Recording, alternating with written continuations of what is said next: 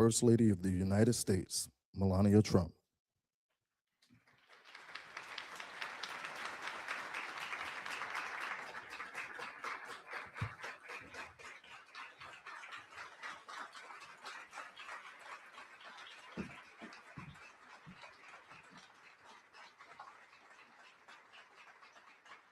Good morning.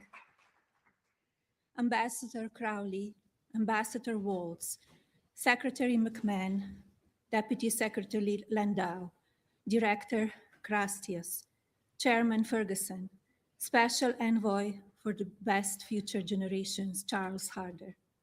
Thank you all for being champions, for fostering the future together. It is wonderful to receive such an impressive delegation of world leaders, first spouses, and be best in class tech companies, all with a shared purpose to empower our next generations, advancement in technology and education. Welcome, Albania, Antigua and Barbuda, Aruba, Bosnia and Herzegovina, Bangladesh, Belize, and Bolivia. It is my distinct honor to have Burundi, Cabo Verde, Congo, Costa Rica, Dominican Republic, Ecuador, Equatorial Guinea, Estonia, France, Gambia, Georgia, Ghana, and Guatemala here in Washington, D.C. Greetings, Israel, Kenya, Kosovo, Lithuania, Malta, Malawi, Montenegro, Morocco, Nigeria, North Macedonia, Palau, Panama, and of course, Paraguay. Hello, Poland, Romania, Senegal, Serbia, Seychelles, Sierra Leone, Slovenia, St. Kitts and Nevis, Ukraine, and UAE. As people, we dream. As leaders, we progress. As nations, we will build. Beginning today, let's accelerate our new global alliance, this bond, to positively impact the progress of our children. Welcome, members, to the inaugural meeting of Fostering the Future Together.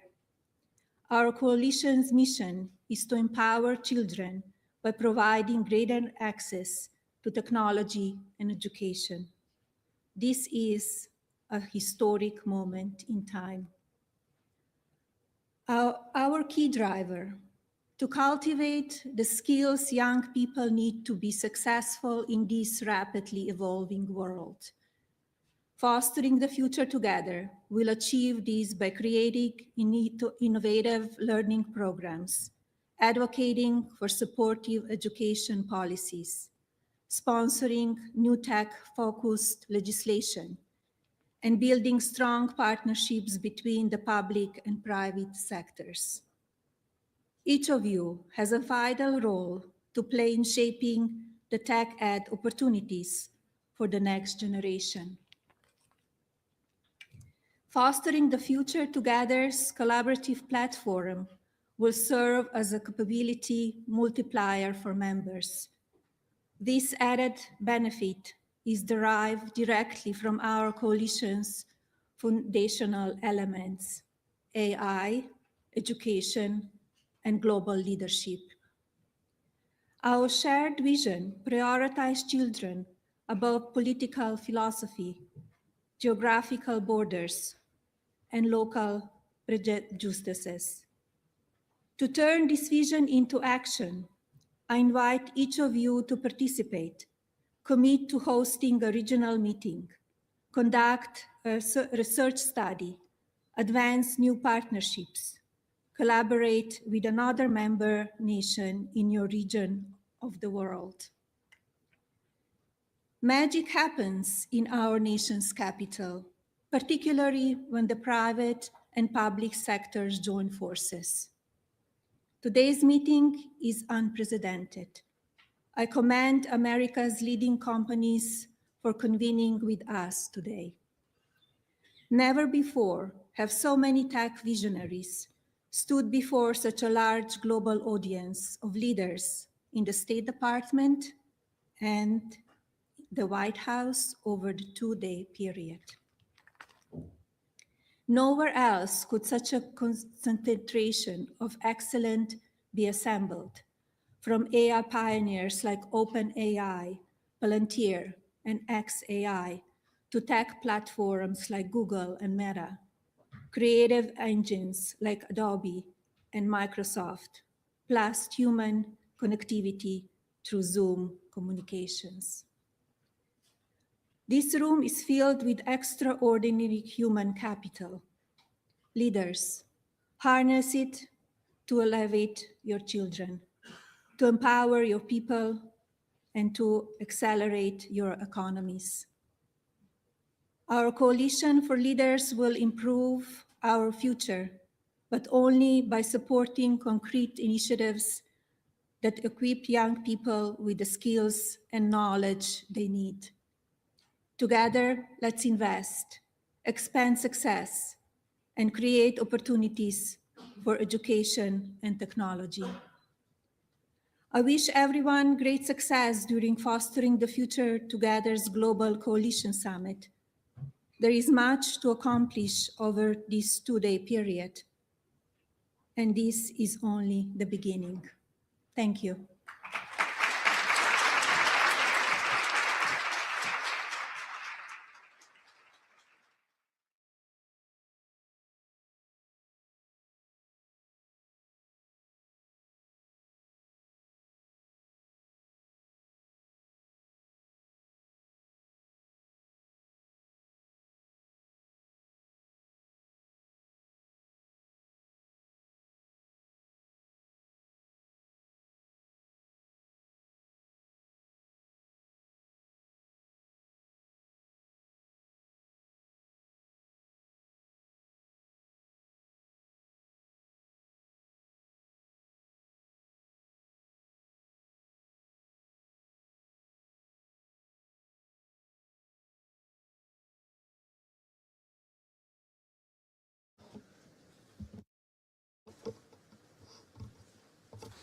Well, good morning. Good morning, Your Excellencies. I am Ambassador Monica Crowley, Chief of Protocol of the United States, and it is such an honor and a delight for me to join you here today in this incredibly important initiative launched by the First Lady of the United States, Mrs. Melania Trump. We're so honored to be joined by first spouses, distinguished guests, and industry leaders here at the United States Department of State. What a delight to hear those opening remarks from our First Lady, Melania Trump, who has gathered us all here today under the auspices of her visionary Fostering the Future Together initiative. We now look forward to hearing from all of you as we kick off our working session. The working session will be divided into 4 different topics: artificial intelligence in education, ed tech tools, digital literacy and skills, and safety and protection online. We have allotted 20 to 40 minutes for each discussion. Your moderators will be senior U.S. government officials who possess leadership and expertise in today's subject matter. Speakers for each subject area have been identified in advance and will speak in alphabetical order by country. If there is a balance of time, we will move to brief 1-minute interventions at the moderator's discretion. Finally, please make yourselves comfortable here today. Do not hesitate to take a short break.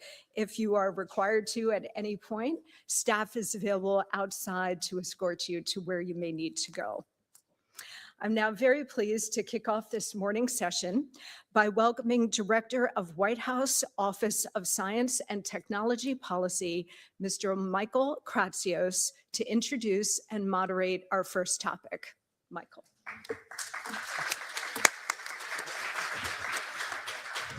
I want to thank First Lady Melania Trump for hosting today's Fostering the Future Together Global Summit. This is a historic convening of dozens of First Ladies and gentlemen from around the world at a truly critical inflection point as our nations navigate the future of children and technology.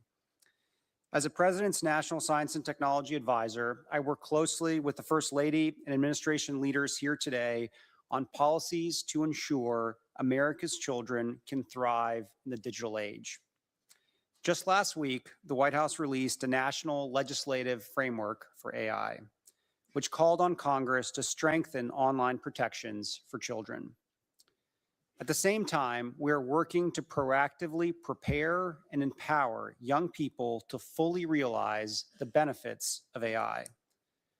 The United States is committed to expanding AI education in K-12 schools nationwide.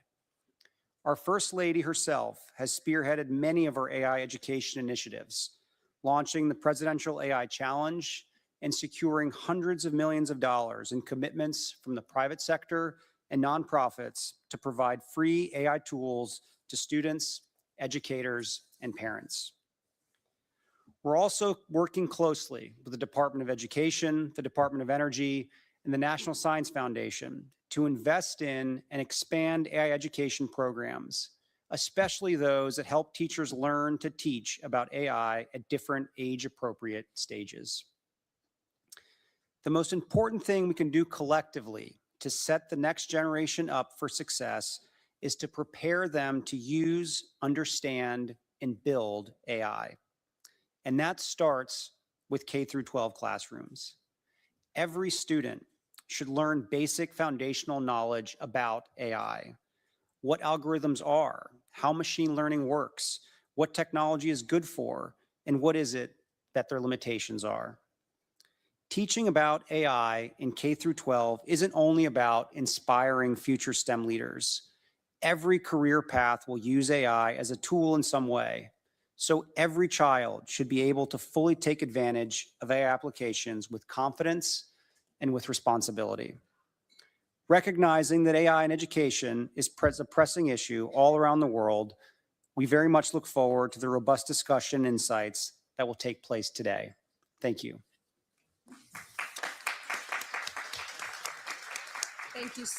Thank you so much, Mr. Kratsios. Okay, let's open our discussion here today. I would first like to invite the First Lady of Bosnia and Herzegovina, Mrs. Mirela Becikovic. Her Excellency, where are you, please, ma'am? Here. There you are. Please, the floor is yours. Thank you.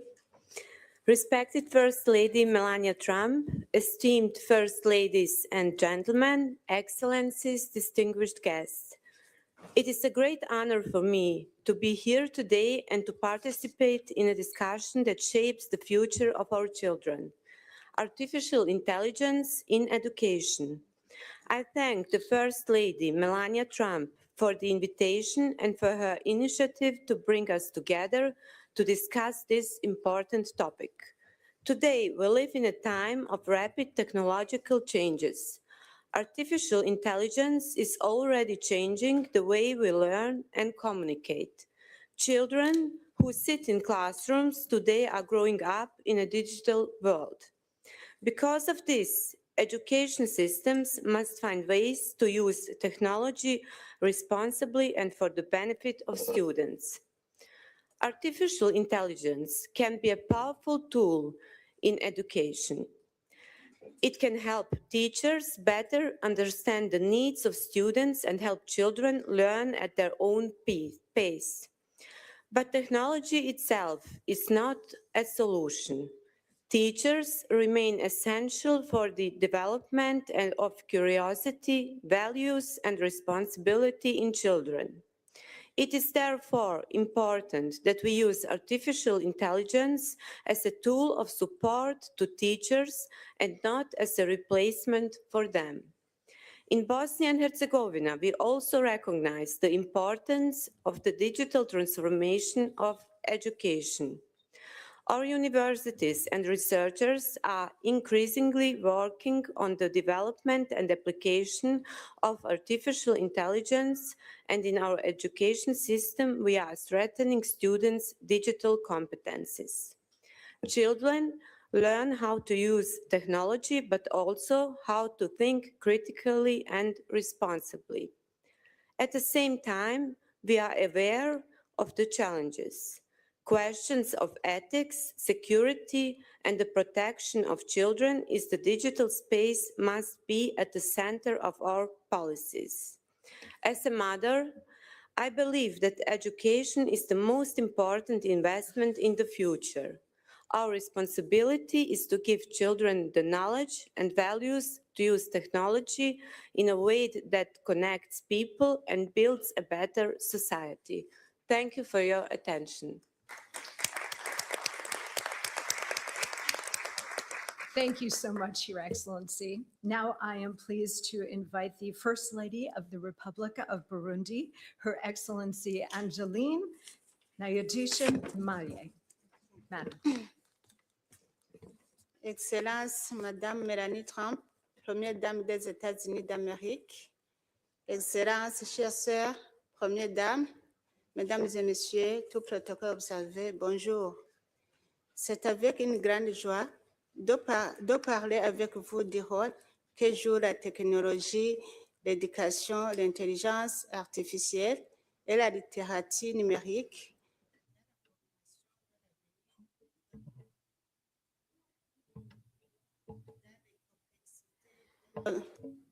We're living in the complexity of our world that is evolving. It's important to recognize the transforming power of digital tools. In addition, including artificial intelligence in education can be of great benefit. It can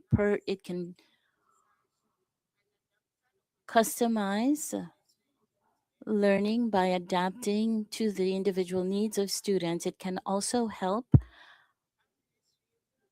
teachers follow progress of students and integrate teaching methods based on scientific research. However, with the advances of our responsibilities, while we promote digital literacy, we must also prioritize security and protection.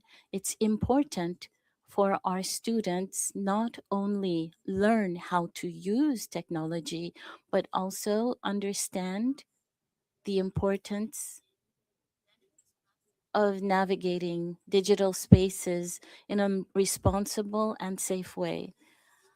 By investing in digital tools and including artificial intelligence and encouraging curiosities and promoting security, we can cultivate future generations of learners, not only to acquire knowledge, but also to innovate, research, and create solutions. Thank you. Thank you very much, Madam. It's now my pleasure to invite to deliver remarks the First Lady of the Republic of Serbia, Her Excellency Tamara Vucic. Madam. Thank you very much. Distinguished First Ladies and gentlemen, at the outset, I would like to extend my deep respects and support to Madame Trump by following her instincts, and we women certainly do have it, giving the form and the contents to her vision and for gathering us here. We are writing history today. Ladies and gentlemen, we live in two worlds, digital and real one, offline and online, and we can neither ignore nor ban them. The Republic of Serbia is guided by the fact that well-being in digital environment, just like in the real life, is a path for personal development, which requires education, not only limitations. Therefore, instead of short-time prohibitory measures, we promote the digital immunity. Our objective is not to isolate children, but to make them stronger in order to recognize the danger. Serbia has introduced computer programming to all elementary schools and a subject called the digital world starting from the first grade. The fundamentals of understanding artificial intelligence have become part of the curriculum in elementary and secondary schools, and according to UNESCO data, we are one of only 11 countries in the world that successfully implemented this. What we are especially proud of is that the digital transformation in education has been accompanied by improvements in the system for child protection. The National Contact Center for Children's Safety on the Internet, Smart and Safe, has been established as a system of direct support for children, parents, and teachers. This is the first and so far the only institutional mechanism in the region that addresses the prevention and response to threats against children in the digital environment. Ladies and gentlemen, Serbia is today the chair of the Global Partnership on Artificial Intelligence and proudly becoming the member of the Fostering the Future Together Global Coalition. To conclude, technology is neither good nor bad. Technology, in my opinion, is our test of humanity. This coalition gives us strength and the framework to successfully pass this test. Serbia stands with you, with this coalition, to the benefit of all our children. I thank you. Thank you very much, Madam. Merci.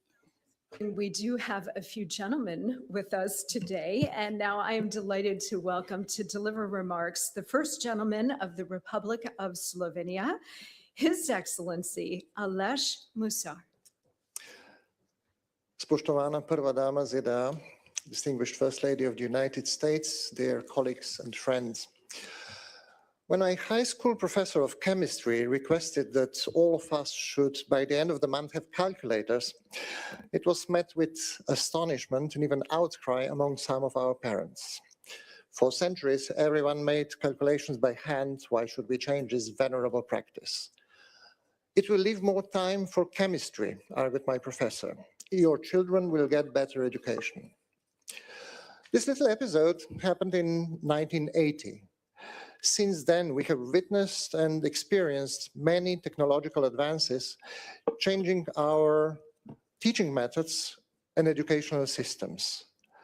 Word processors, spreadsheets, presentation tools, online databases, and of course, ready availability of any information you can imagine on the internet, anywhere, anytime, with mobile devices. The changes are not embraced immediately. We have seen the pattern of first ignoring, then resisting, and finally incorporating new technology in our curricula and teaching by solving an eternal dilemma: how to convert something that is seen as a tool for cheating into an educational tool. We are struggling with that in Slovenia. With plenty of great private initiatives, curriculum is lagging behind, and I hope this coalition will help us embrace change faster, because we are now on the brink of the most profound change we have ever seen. Artificial intelligence brings into education both amazing opportunities and significant challenges. I am thankful to the First Lady of the United States to show the leadership in bringing the first spouses of the world together with the intent to wield whatever soft power we have for ensuring a better future for our children. Sharing best practices and educational tools based on artificial intelligence and fostering their availability to all children is a worthy cause.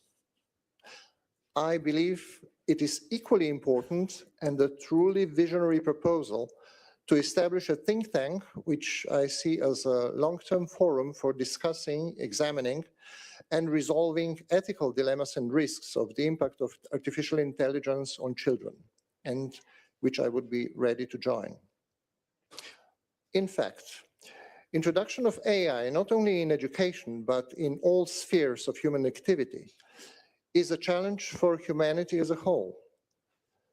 Autonomous AI systems may radically change our societies, we are being warned. How can we ensure that human ethics is built into AI? Will it reach a point of singularity? Humanity has solved these dilemmas more or less successfully many times in the past, in science fiction books and movies.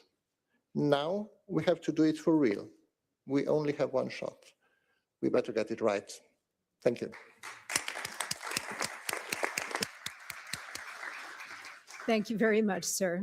I am now very pleased to welcome the First Lady of Ukraine, Her Excellency, Mrs. Olena Zelenska. Thank you so much. Dear distinguished guests, dear colleagues, I'm honored to join the Fostering the Future Together coalition. And of course, I want to thank the First Lady Melania Trump for this important initiative. Today, the world is becoming increasingly unstable, and in these conditions, every country is searching for the answer on a question how to preserve resilience while continuing to develop. And Ukraine already has this answer. It would be no exaggeration to say that besides the resilience of our people, it is precisely digital systems that help Ukraine remain functioning state even during a war. Since 2019, we've been developing a state in smartphone model, a model in which key public services become accessible anywhere through a simple digital interface. This is realized through Diya, not just an app, but fast, clear state-people interaction. Because technology is not only about convenience, it is about the state's ability to function. And while digitalization ensures nations' resilience, education determines its future. For us, this is the matter of principle. No child and no adult should lose access to education regardless of the circumstances. That is why we are building a comprehensive digital education ecosystem. An important part of it is Diya Education. This is a national edutainment platform that combines learning and practice with a focus on skills needed in a modern world. The platform offers hundreds of educational products, short video courses, real-life job stimulators, interactive modules, and certification programs. On the Diya Education platform, a dedicated section is about online safety and cyber hygiene. The content is adapted to different ages and different levels of proficiency. We view cyber hygiene as a new basic skill. Just as humanity once learned to take care of physical hygiene, and it is not a one-time action, but daily practice that builds resilience and helps prevent most common threats. At the same time, we are developing solutions for school education. At the initiative of the President of Ukraine, MRIA was launched, a unified digital education ecosystem for students, parents, and educators. MRIA brings together all key elements of the learning process, from educational materials and schedules to communication and assessment. For students, it offers the opportunity to learn in a convenient format, track their own progress. For parents, it provides visibility into their child's learning progress and enables them to stay engaged in the process. For teachers, it allows for better planning and reducing administrative workload, but most importantly, it represents a shift in approach. Education is no longer one size fits all. It is gradually, gradually becoming flexible and capable of adapting the needs of each child. Nearly 3,000 schools from all regions of Ukraine are already connected to MRIA, every fourth educational institution in the country. This year, we plan to connect around 7,000 educational institutions and increase the number of users to 1.5 million. In 2026, the pilot of MRIA preschool will begin in 6 regions of Ukraine. So we adapt the platform to the needs of the youngest users and make the system truly continuous from the kindergarten to school. And we're already looking forward. In ahead. In 2025, Ukraine launched a National Center for Artificial Intelligence Development, the Win-Win AI Center of Excellence, which is working on integrating AI into key sectors of the state, including education. Ukraine commits to further investment in digital infrastructure, education technologies, and AI-enabled learning to prepare the next generation to thrive in a digital age. That is why we are joining Mrs. Trump's initiative. We see this initiative as an important step toward elevating the issue of child development and education to the global level and bringing countries together around a shared responsibility. Ukraine is your reliable partner in it. Thank you once more. Thank you very much, Madam. Now I am delighted to welcome the partner of the President of the Republic of Romania, Mrs. Mirabela Gradinaru, for some remarks. Thank you. Dear First Ladies and gentlemen, esteemed participants, first of all, I want to extend my gratitude to our gracious host, First Lady of the United States, Mrs. Melania Trump. I believe that this initiative is a very valuable one, generating momentum, visibility, and much needed dynamism in this field. At the same time, it is crucial that we are having an integrated approach, better linking education, innovation, and technology. I look forward to start working closely with First Lady Melania Trump and everybody around this table within the framework of this project for developing concrete initiatives and achieving tangible impact in advancing digital education, safe online practices, and media literacy for children worldwide. I will not take up much of your time today, as we will be sharing our more in-depth views tomorrow. Before I finish, I want to introduce the two Romanian experts I brought with me. Andrada Morar is the Vice President of UiPath for Customer Experience and Global Partners. UiPath is Romania's first unicorn company, and it is a leading robotic process automation, RPA platform, designed to automate repetitive, time-consuming tasks by creating software robots. And Robert Beza is the Executive Director of Edge Institute Romania, a very active think tank dedicated to accelerating our country's digital transformation. Robert and his team bring together experts from business, technology, and academia to propose public policies and strategies aimed at boosting Romania's economic and digital competitiveness through the right approach, especially on education.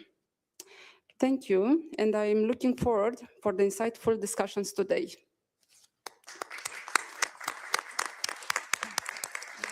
Thank you very much, Madam.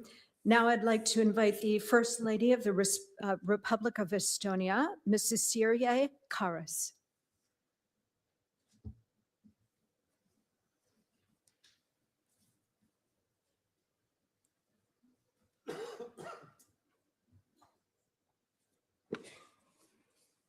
Good morning, dear colleagues, friends.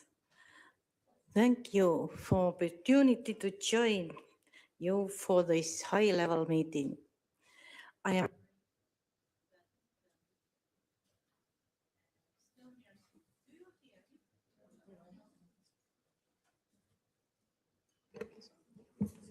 Maybe you can.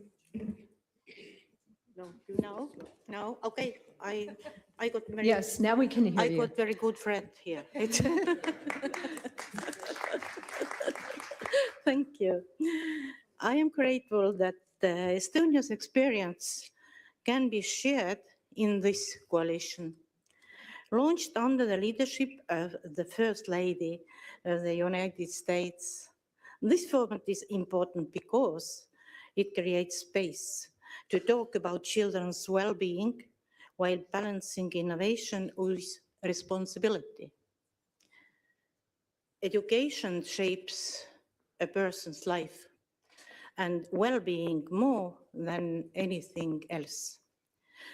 It influences future opportunities, health, and a sense of belongings. That is why quality education matters so deeply to every society. Today, education is increasingly digital.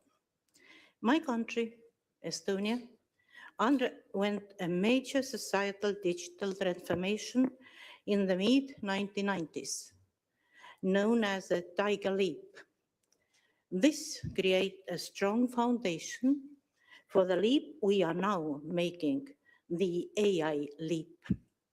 From Estonians' perspective, AI in education is an issue we must address now. Artificial intelligence is already part of our children's everyday reality. So we have to chosen to guide these developments rather than simply react to them. That is the purpose of Estonians' AI Leap in education. It is a national program that helps schools use AI to improve learning, support teachers, and keep students safe. It combines an educationally adapted learning tool with teacher training, and it is backed by research. So decisions are grounded in evidence. Teacher support is essential. With teachers' guidance, students can become responsible AI users who learn with these tools rather than relying on them for quick answers. We also take risks seriously. Harmful content, deepfakes, data protection, and the impact on mental well-being. That is why we focus on safety by design, clear rules, and careful evaluation, so we learn what truly benefits children and what does not. This brings me to a wider point. The choices we make in education and technology connect naturally to children's rights and to emerging frameworks for AI governance. We want to build a bridge between classroom practice and these global principles, and we will use every international forum available to strengthen the protection of children in the digital world. This includes our current roles as a member of the United Nations Human Rights Council and as a co-chair, together with El Salvador, of the United Nations Global Dialogue on AI governance. In 2026, Estonia is also honored to serve as a chair of the Executive Board of UNICEF. We aim to convene a special session of the Executive Board on innovation in education. We wish to raise awareness of the opportunities that technology offers to make education more accessible for children, as well as the need to ensure these technologies are safe and secure. Thank you for your commitment to children, to learning, and to a safe future in the digital age. Thank you, everybody. Thank you. Thank you, Madam. Now I'd like to invite the First Lady of the Republic of Costa Rica, Her Excellency Signe Zeitkete. Good morning. Welcome. Signe Zeitkete. First Lady Melania Trump, Excellencies and fellow First Spouses. Thank you for bringing us together, and thank you also for coming together. This coalition matters. It matters because the digital world is no longer a separate place where our children go. As the First Lady of Estonia mentioned, It is the environment in which our children live, environment that shapes their minds every day and in real time. Artificial intelligence is already in their phones, it is in their homework, it is in the very question they ask about the world. As we gather here today for the initiative Fostering Future Together, the question before us is simple yet profound. Will we guide them, or will we leave them to navigate this frontier alone? In Costa Rica, we chose to act early. In 2024, we launched our National Artificial Intelligence Strategy, and this is the first of its kind in Central America. From the very beginning, we made one decision clear: children come first. And this is not a technical issue for us. It is a public responsibility. We are building our artificial intelligence with ethics, with safeguards, and with a human-centered purpose. And we are already seeing the results. Today, over half of our teachers using artificial intelligence to support students with special needs or spark innovation, and this is a rate well above the OECD average. To ensure that our teachers are never left behind, we also created one of the world's first national artificial intelligence guide for educators. This guide ensures that technology serves as a partner that automates routine tasks, giving our teachers back time they need for what matters. And this is socio-emotional support of our students. We are also providing that innovation has no borders. In Costa Rica, internet access is a constitutional right. And we have reduced the digital divide in vulnerable communities by 22 percentage points. Through our Hummingbird project, we are bringing artificial intelligence-driven literacy to our most remote one-teacher schools in the mountains and coasts, ensuring that a child's zip code never defines their digital destiny. But let us be clear, access without safety is not progress, it is exposure. When technology arrives before guidance, we see confusion and misuse. That is why we are strengthening our laws against digital grooming and bolstering cybersecurity. Innovation must never come at the cost of child's dignity and security. Excellencies, this coalition gives us a rare opportunity to move from isolated efforts to shared global principles. And we must shape it together with intention and with the belief that every child, everywhere, deserves a future where technology expands their potential without ever diminishing their humanity. Thank you very much. Thank you so much, Madam. For our final speaker on artificial intelligence in education, I would like to invite the First Lady of Georgia, Ms. Tamar Bagratoni, please.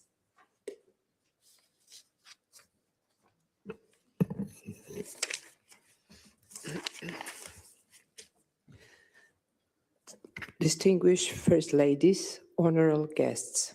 First, I would like to convey my heartfelt thanks to our host, Mrs. Melania Trump. The history will remember her, who brought around 45 nations together and turned a mother instinct into a global movement. I represent the nation with a history stretching 3,000 years. Georgia, a country was once ruled by Queen Tamar, the first ever woman royalty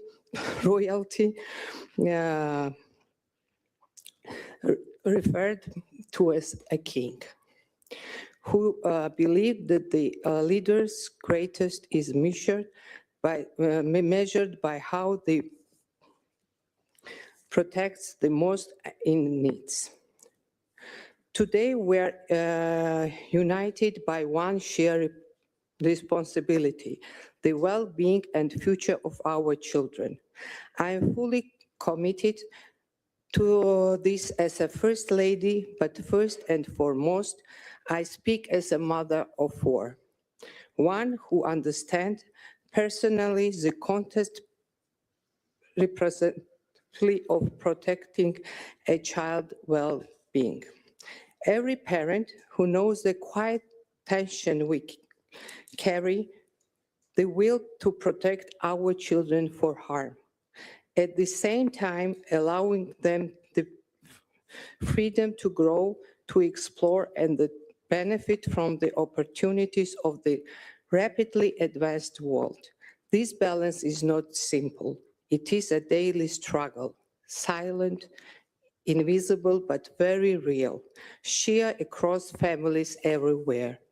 We cannot choose between safety and development. Our responsibility is to ensure both. This is why thoughtful solution matters so deeply. Solution that allows our children not only to strive and to innovate, but also remain open, curious, and connected, free to play and engage and step into the future with confidence. In Georgia, we're undertaking important steps towards comprehensive digital transformation. Our nation approach is guided by the principle of the middle way, a framework that seeks to balance technological innovation with the protection of human dignity, fundamental rights, and above all, children's safety. Thank you for your attention. Thank you, Madam, and thanks to all of you for a very interesting and very important initial conversation on AI in education. I would now like to welcome the U.S. Secretary of Education, Linda McMahon, to introduce our second topic.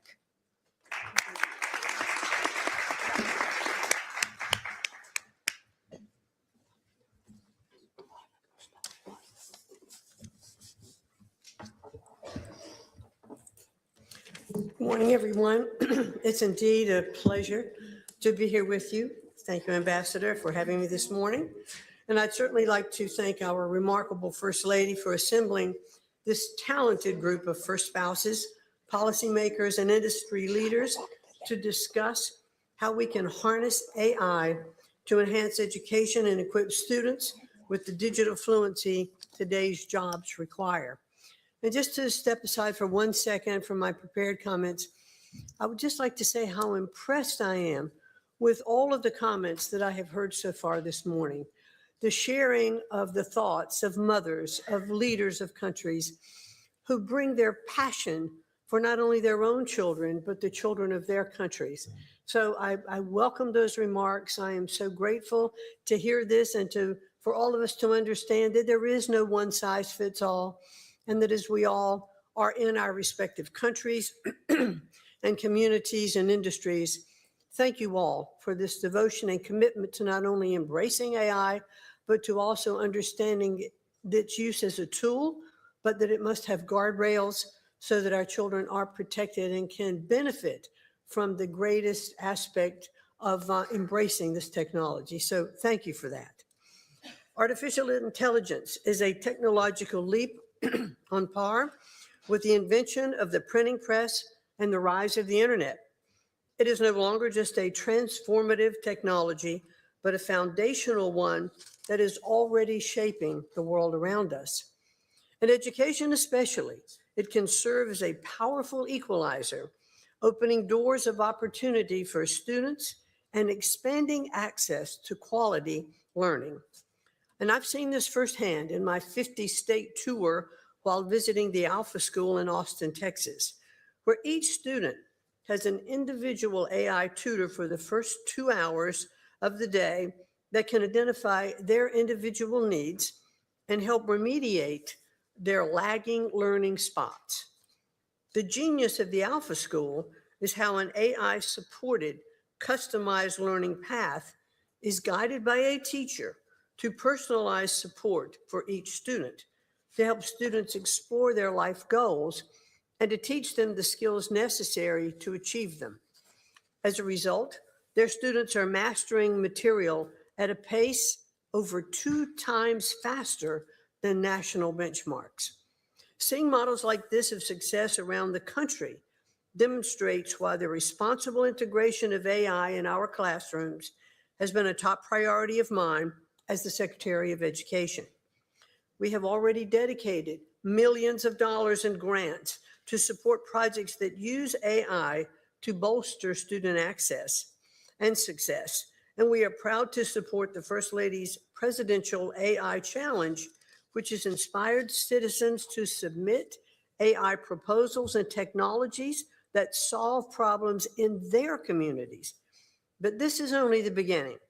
Under the First Lady's leadership, today's discussions will help us envision a set of best practices for AI in education worldwide. Together, we can show how proper use of ed tech tools, including digital assessment programs, immersive simulations, and adaptive learning systems, can be an enhancement to, not as a replacement for, human-centered classroom instruction, while simultaneously equipping students with the digital literacy they will need throughout their lives.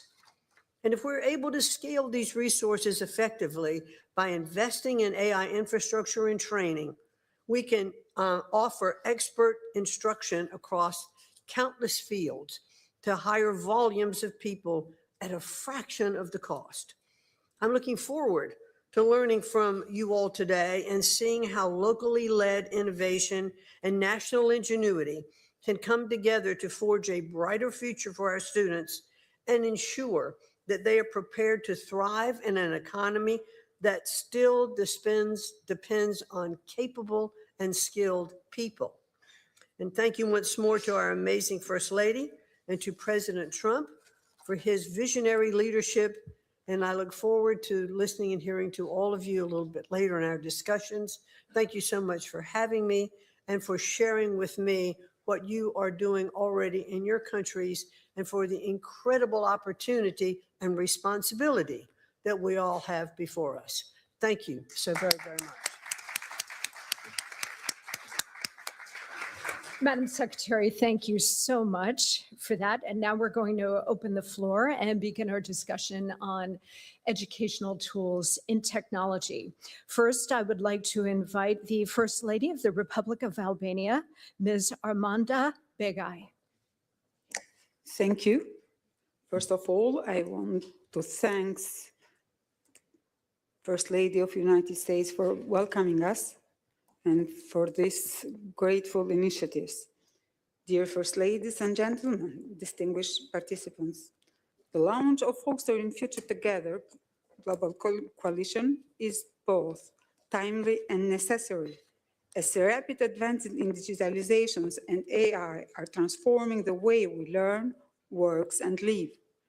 Investing in children's education, as highlighted by Mrs. Melania Trump, is essential to build lasting peace. For Albania, ensuring that every child is equipped with digital skills is a national priority. Through the Digital Education Action Plan, we are strengthening connectivity, improving the digital infrastructure, investing in teacher training and modern learning methods. We are also focusing in early educations. Our goal is not only for child to use digital tools, but to understand, shape, and lead in AI world. We are encourage the young the children since first of grade to develop problem solving and coding skills. Through the programs that support those learning, we are looking forward to have good, that children have good skills in the future.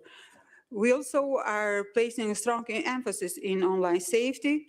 Of course, change remains, particularly in bridging gaps between rural and urban areas. And in this regard, we strongly support the objective of coalitions, especially its efforts to make advancing technology accessible to children, educators, and families. Albania is looking forward to work all together in this new world, AI age. Thank you. Thank you, Madam. Now I'd like to invite the spouse of the Prime Minister of the People's Republic of Bangladesh, Her Excellency Zubaida Rahman. Thank you. Bismillahir Rahmanir Rahim. Madam First Lady of the United States, Mrs. Melania Trump, distinguished first spouses, excellencies, industry leaders, ladies and gentlemen, a very good morning to you all. It is a great honor to join you all today at the historic Fostering the Future Together Global Coalition Summit. I sincerely thank the First Lady for bringing us together from across the world for a cause that touches every nation, the promise and potential of our children. We recognize that the future of every country is written in the lives of its children. The care we provide today, the education we invest in, and the values we nurture will shape the nations they build tomorrow. I come here at an important moment for my country. Under the leadership of my husband, Tariq Rahman, the Prime Minister of Bangladesh, our recently elected democratic government has taken office with an overwhelming mandate to build a more inclusive and forward-looking nation. Our government has already launched initiatives such as the Family Card and Farmers Card, providing financial benefits that strengthen households and also ensure children grow in secure, nurturing environments. As a medical doctor, I'm deeply committed to ensuring accessible, quality healthcare for every child, focusing not only on treatment, but on prevention from the earliest stages of life. My work with the Ziaur Rahman Foundation and Shurobhi has further strengthened my dedication to advancing education, youth development, and community well-being. We believe that responsible use of artificial intelligence can transform education, especially in countries like Bangladesh, where access to trained teachers and resources remain uneven. Our government is equipping both teachers and students with the tools they need to thrive in a digital age. Our government is providing teachers with tablet computers, updating teaching materials, digital curricula, and innovative methods. Classrooms are evolving to include multimedia contents, encouraging teamwork, creativity, and moral development. Technology, particularly EdTech, plays a central role in reducing disparities between urban and rural communities. At the same time, we are committed to ensuring the safe and ethical use of these tools so that children grow in secure and supportive environments. Bangladesh has a strong legacy in empowering women. Former Prime Minister Begum Khaleda Zia advanced women's rights and introduced free education for girls up to grade 12. Our government is committed to ensuring free education for women up to postgraduate levels. Shahid President Ziaur Rahman laid the foundation of the garment industry, creating opportunities for millions of women. These efforts demonstrate that when women are empowered, families are strengthened and children prosper. we also recognize the importance of partnerships. By working with the private sector and our global partners, we aim to expand safe digital spaces, train teachers, empower parents, and improve the quality of education for all. With strong technological cooperation, we seek to connect every region, protect every child, and personalize every learning journey. Together, we can raise a generation that is resilient, compassionate, and prepared for the future. In closing, I express my heartfelt gratitude to the Madam First Lady of the United States. By sharing knowledge, learning from one another, and collaborating across borders, we strengthen not only our nations, but the future of our children and the world they will inherit. Thank you very much. Thank you so much, Madam. Now I am very pleased to invite to deliver remarks the First Lady of the Republic of Cabo Verde, Her Excellency Deborah Katisa Cavallo. Thank you. Your Excellency, First Lady of the United States, distinguished First Ladies, my sisters, as I like to call you, Excellencies, distinguished participants. As a Cape Verdean, I'm truly honored by the invitation to be part of this global initiative. While our countries reflect diverse realities, we are united today here by a common purpose, placing children at the center of digital future. And now you can Googleize it. Cabo Verde is a nation, for those that don't know yet. Cabo Verde is a nation of 10 islands in the Atlantic Ocean. We are 99% ocean, deeply rooted in youth. For you to know, 70% of Cape Verdean people has less than 35 years. So our youth are supported by a vast diaspora, and United States hosts the largest Cape Verdean community outside our islands. Today, technology connects what the ocean once separated. And our future is blue, digital, and profoundly dependent on the investment we make in our children.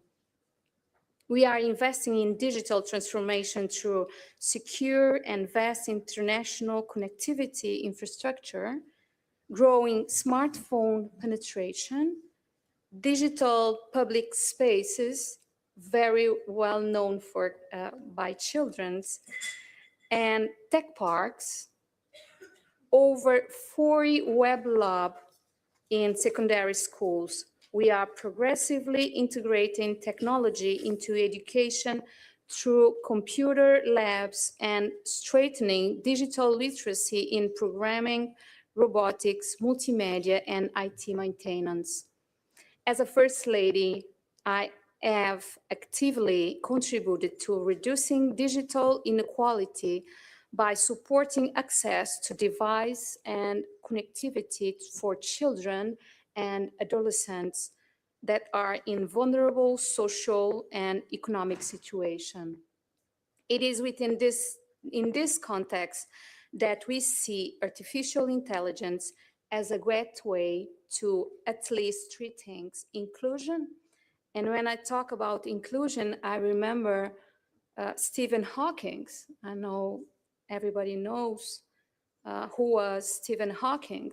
And I remember kids with special needs. Imagine all the kids with special needs with the access he had. All of them could give to the world, not only to a country, but to the world, the best potential they have. And about equity, I'm thinking about the presence of girls and women in IT world. We are underrepresented in this world. So we must prepare, equipping our young people to thrive in a global world where their talents can flourish. However, excellencies, there are at least two fundamental pillars that must guide and safeguard this gateway: family and school. School do more than teach, they educate, they influence and shape character. Teachers are role models and must guide the use of technology. Behind encouraging its use, they must teach how to use it critically and responsibly. Families too face challenges. Often, children are more technological skilled than their parents. Parents must therefore be supported, empowered, and engaged to ensure consistent guidance and oversight. In past, danger was in the street. At my time, when I was a kid, the danger was at the street. But today, it may be inside the home, just one click away. An integrated approach is essential. Includes digital education, stronger online protection, and greater accountability of technology platforms. Because every child matters and no country can face the challenges of the digital age alone. We are committed to working with all of you to ensure that our children become not only digital creators, but also peacemakers, building bridge of dialogue, building bridge of understanding, and bridge of empathy across the world. AI for all. Thank you all. Thank you, Madam. Now I would like to invite the First Lady of the Dominican Republic, Mrs. Raquel Abaria. Yes. Good afternoon, everyone. As I said before at the beginning, do you hear me? We are all a great big family working together.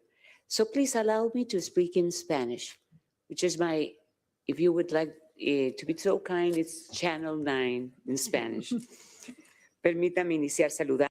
Let me begin by commending on behalf of the Dominican Republic and my own name the very valuable work and initiative of First Lady Melania Trump to convene this First Ladies to participate in this global coalition Building the Future Together with a aim of promoting all of our children through education. Today, we are facing a combined challenge. In the Dominican Republic, we have taken on this challenge as an opportunity to transform our educational system. In recent years, we have moved from a system based on memory and memorization to one that is based on skills, that focuses on know-how. We are seeking to create students who are capable of critical thinking, to resolve issues and problems. That is to say, problem-solving oriented in a world that is changing every day. Teachers, la tecnología juega un papel fundamental. Technology plays a key role in this process. Today, it is an ongoing aspect, and it is part of everything that we are doing. It is cross-cutting in this regard, and we are training our teachers. We need to train our teachers, ensuring that technology is a teaching tool that is in its essence effective. As part of our efforts, we have created programs that are focused on understanding ITCs and the 21st century. One example is our educational robotics program, in which over 800,000 students have participated. strengthening capabilities in STEM specifically through different competencies.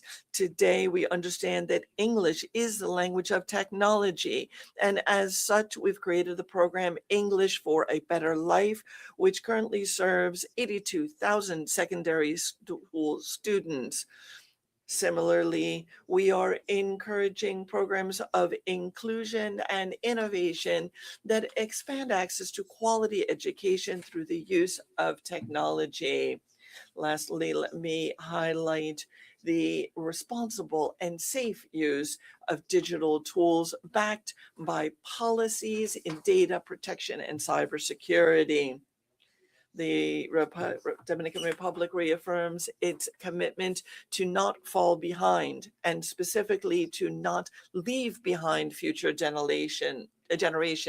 Through our 2030 digital agenda, we are working to create future citizens that are capable, responsible, and that they understand what the responsible use of technology and AI means. Thank you to Melania Trump, distinguished first ladies and gentlemen, everyone. I am confident, fully confident that this coalition will foster new and improved best practices for all of our boys, girls, and adolescents. Thank you. Muchas gracias, Madam. Silvia. Now I would like to invite the First Lady of the Republic of Guatemala, Her Excellency Lucrecia Eugenia Penado Villanueva. Thank you for the opportunity, Your Excellencies, Mrs. Melania Trump, First Lady of the United States, and all other spouses of heads of state and distinguished guests. For Guatemala, it is an honor to participate in this initiative, Fostering the Future Together, and reaffirm of our compromise to a shared goal of protection and innovation, as well as education for children.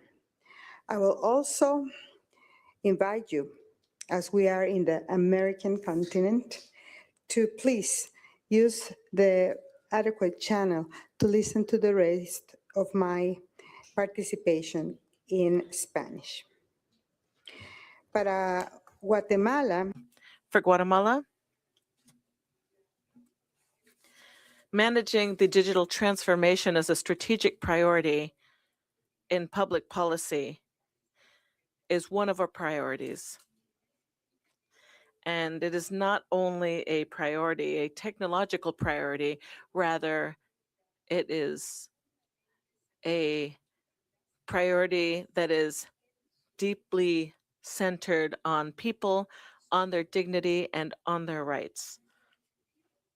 Our goal in our country is to train students, teachers, their family, and our communities in general using direct information that is critical, creative, and responsible so that we are ready to face the new era of this new wave of technology. We have a national strategy that consists of 4 pillars. First of all, there is a component of inclusion and cultural belonging, as there are 17 million people in our country, and half of our people live in indigenous communities, mainly of Mayan origin, as well as Garifuna or Afro-Guatemalan and Xinca. We have 22 languages that are spoken in the country, different from Spanish, with 7 to 9 of them being the predominant languages. Therefore, as a multicultural country, we are developing digital content and educational models that reflect our cultural diversity and our linguistic diversity. for both teachers and students so that they are able to use digital tools effectively. We seek to constantly respect our linguistic diversity and the local contexts in which these digital tools are to be implemented. For quite some time now, we have had intercultural bilingual educational programs. What do I mean when I say bilingual? I mean that Spanish may not be the mother tongue of the majority or a good part of our population. Therefore, the new revolution of artificial intelligence and this new phase in the digital era needs to include training in the languages that I mentioned, Maya, Garifuna, and Xinca, whereas digital tools may allow these students and teachers to learn and teach in their own languages and in their own cultural contexts. In addition, we have digital literacy and increased access to digital tools. We are creating capacities in our entire educational system to ensure that students and teachers are able to use digital tools effectively. When it comes to artificial intelligence in education, we are also working on including it responsibly to promote personalized education and decision making that is based on data and guided by UNESCO principles that ensure an ethical, person-centered focus and centered on people's rights. Next, we have online security. We believe faithfully, and we act on this belief, that innovation must occur in safe spaces for our children, our young people, our adolescents. In a country where half of our population is under 22 years of age, this is obviously critical.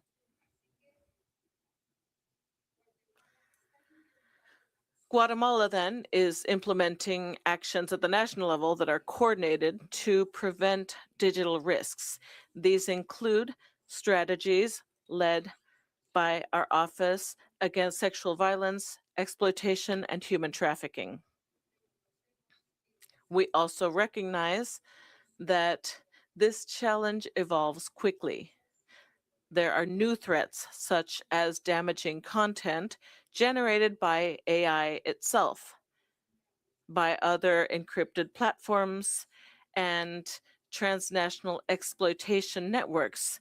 Therefore, we need more coordination at the institutional level. We need to be better able to investigate digital crimes, and we need a more integrated response at the national level. We are committed to that, and that is what we are currently doing. So we strengthen existing platforms to manage prevention and response to these threats. There are digital complaint mechanisms, prevention campaigns, and coordination mechanisms at the interinstitutional level that bring together education, security, and child protection.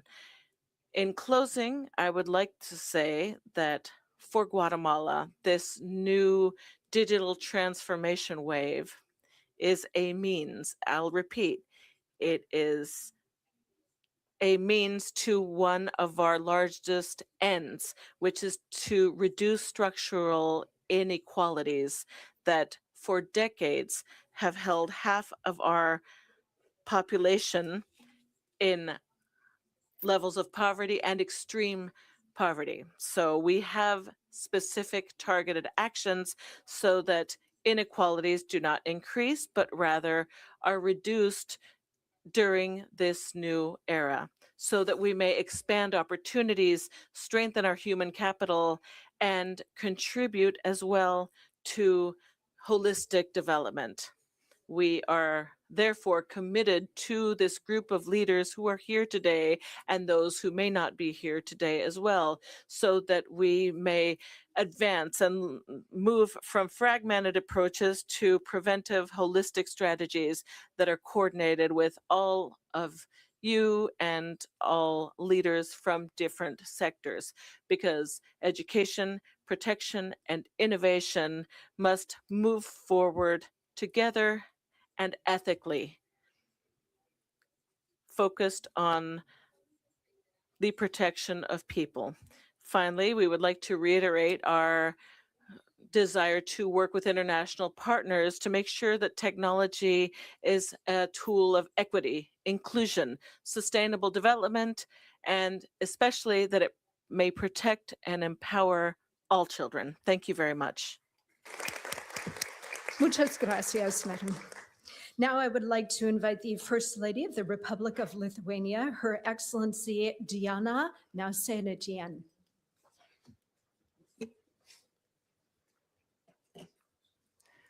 Honorable First Ladies and gentlemen, distinguished participants of this historic event. We're all living in an era when artificial intelligence expands in all areas of our human life, and it's even catching up with its creator. Timely beginning of a discussion on what the development of AI means for our future is crucial. We must speak about both great opportunities ahead and the potential dangers. This makes it essential to listen to academic analysis, scientific forecasts, and experiences of different countries. It's very important that the First Lady of the United States of America, Melania Trump, proactively leads and has launched a significant global initiative. Lithuania supports the look at the development of AI through the lens of children as the most sensitive group in society. And I am delighted to greet all far-sighted supporters of this mission, the insightful spouses of world leaders. We are here today from all over the world, united by a shared commitment to ensure that modern technologies serve for the well-being of our children and peaceful future. Ladies and gentlemen, there is enormous potential for progress. By applying technology wisely, we can ensure that quality education is accessible to everyone, regardless of special needs, place of residence, or social status.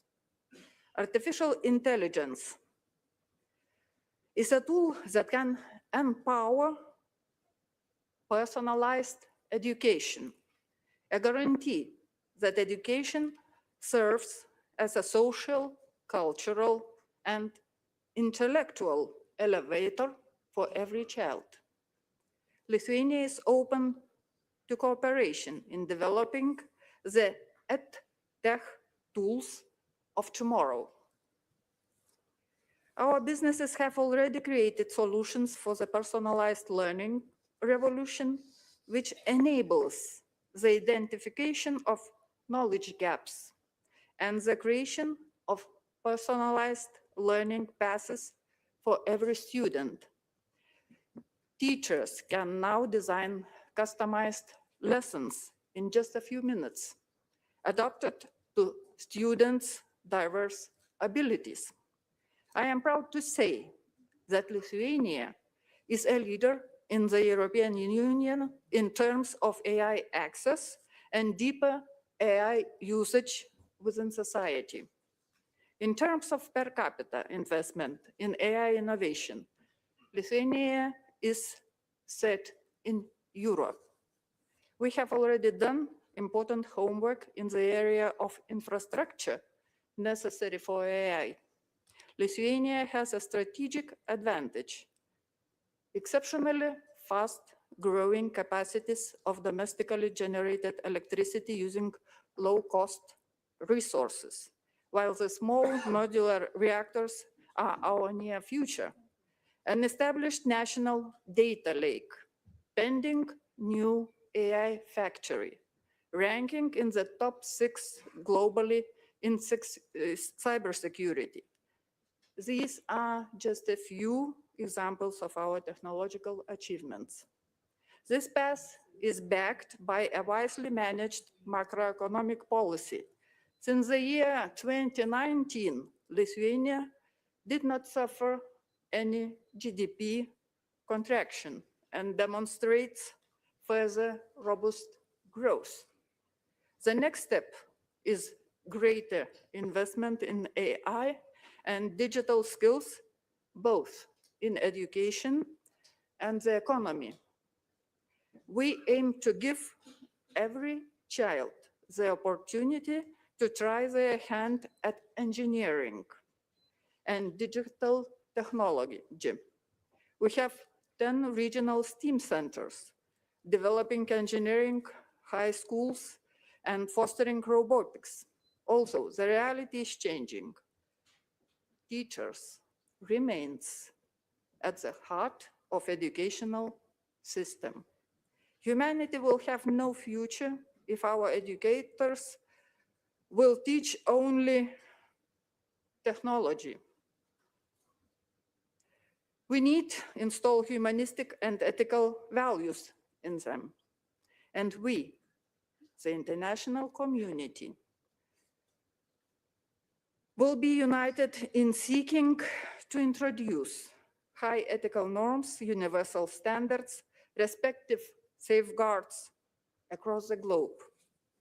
Ladies and gentlemen, I would like to once again express gratitude to the First Lady of the United States, Melania Trump, for the strength of this substantial initiative. There is no doubt that the global coalition, timely initiated by the First Lady of the United States, will touch us all, the world, and help us protect our children and properly meet the challenges of the future. I can assure you, Lithuania will be an active and socially responsible participant in the global coalition. Thank you. Thank you very much, Madam. Now I am pleased to introduce the First Lady of the Federation of St. Kitts and Nevis to deliver remarks, Mrs. Diya Prince-Drew.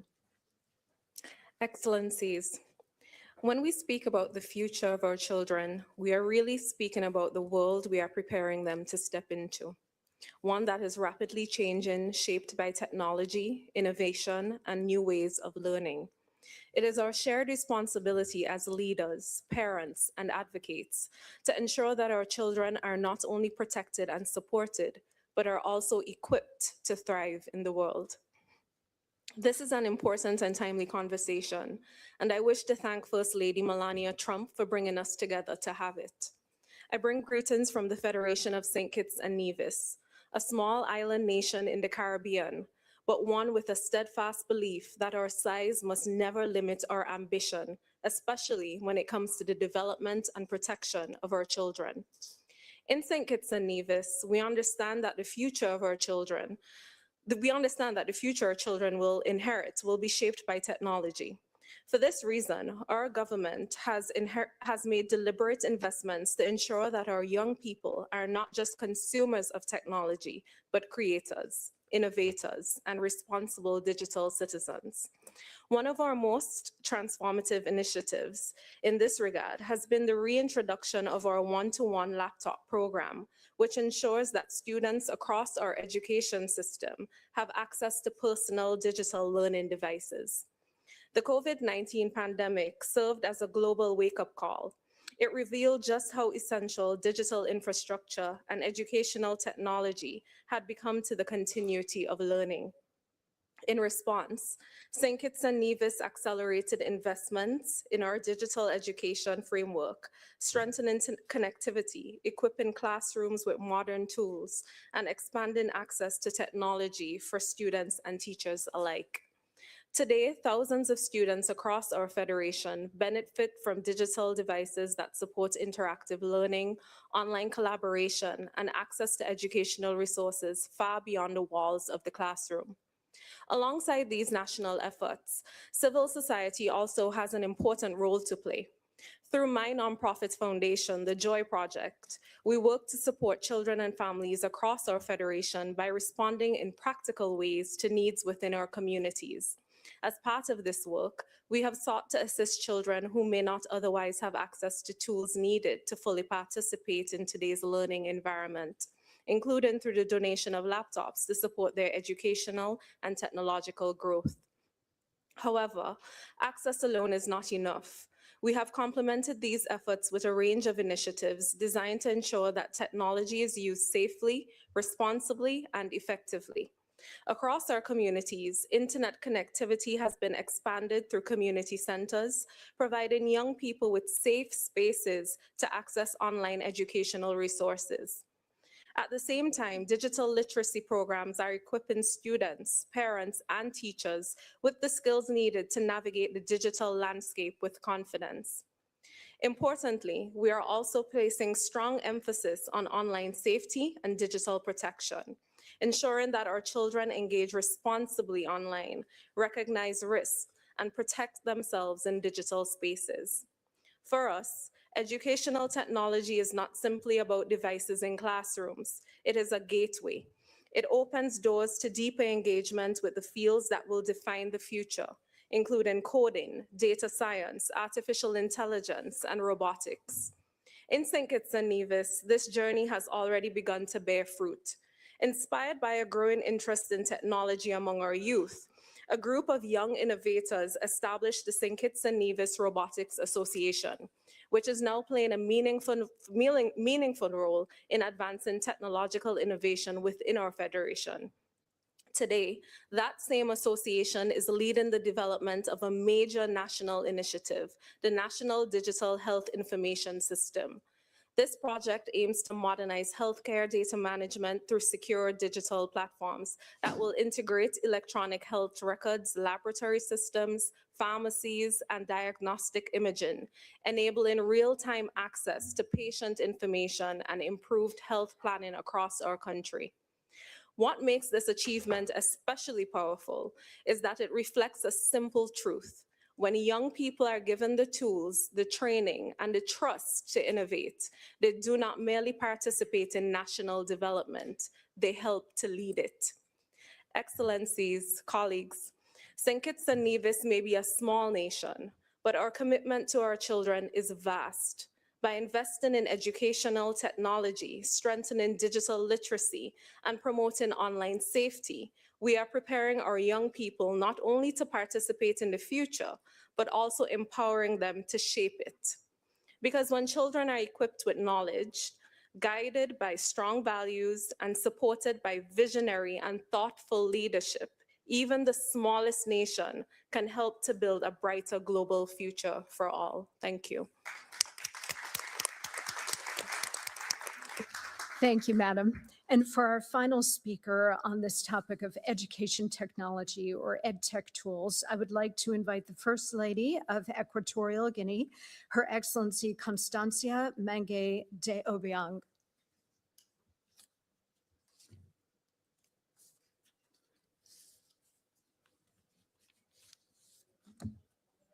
Melania Trump, Primera Dama de los Estados Unidos.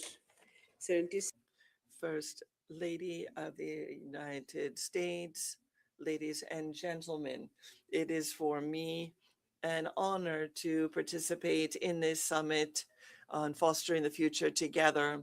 And I would like to firstly thank Her Excellency Melania Trump, First Lady of the United States, for promoting this initiative and for bringing us here together. to share our perspectives on a common challenge, that is ensuring that our children grow up in an environment that is capable of grappling with the challenges of the 21st century. We believe that AI can indeed become a strategic tool in improving the quality of education in our nation, as well as reinforcing existing programs through the integration of new intelligent platforms so that students can access content and foster their learning, the pace of such learning, and to do so in a responsible and socio-cultural appropriate fashion. Equatorial Guinea is committed to the use of these new tools in education. We are convinced that working together, we can build a better future so that our children can enjoy the tools needed to learn, grow, and contribute to the development of our societies and an increasingly better world. Let me conclude by noting that our children are our future. All scientific and theological ideas have come to fruition as children have grown and become adults. This progress and process will continue and will certainly benefit current and all future generations. Thank you very much. Very much, Madam, and thanks to all of you for that very important and interesting conversation about education technology. Now, I'm very pleased to welcome my friend and colleague, Deputy Secretary of State Christopher Landau, to introduce our third subject. Thank you.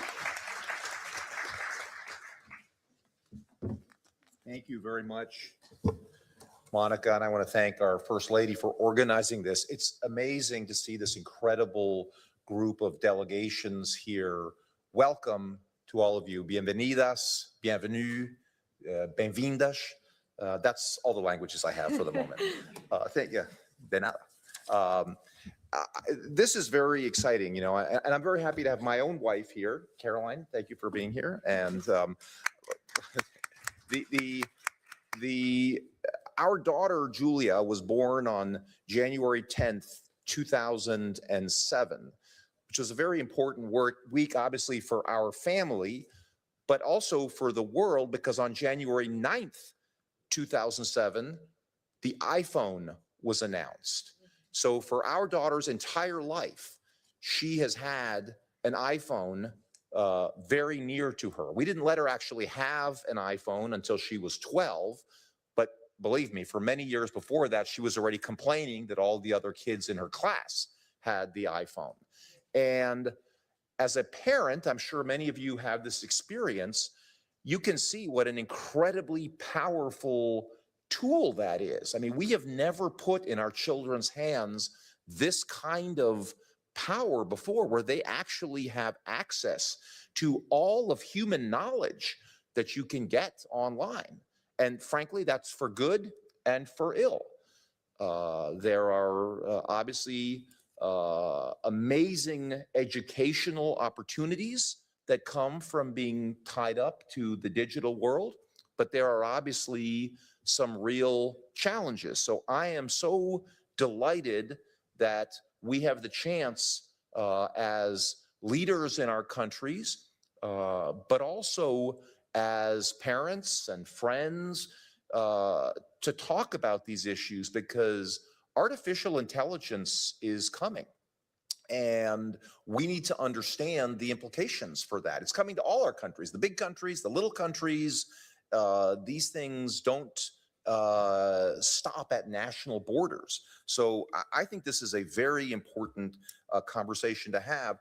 This particular panel is about what they call digital literacy, which I think it's important to emphasize goes far beyond just knowing basic computer skills. And let me tell you, if your family's anything like our family, the kids know a lot more about computer skills than the parents. I mean, they're the ones that tell us how to unlock our phones and do everything. So we are not teaching our kids are teaching us, in our family at least.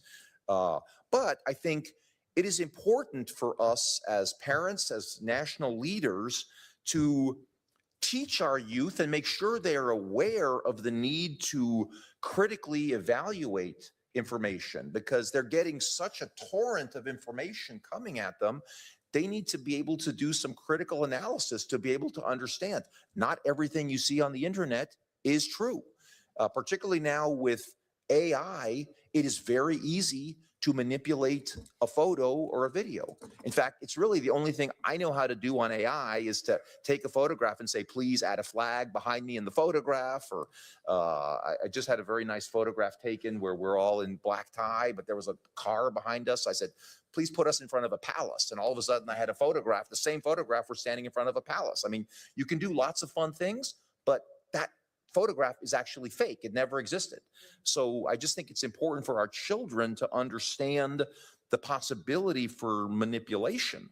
And obviously, they have to be protected, know how to protect their data, make sure that they don't communicate with people who could be dangerous, so that these tools really fulfill their great potential. I mean, I think our job is to teach our young people to think independently, and really use these products, not just consume these products unthinkingly.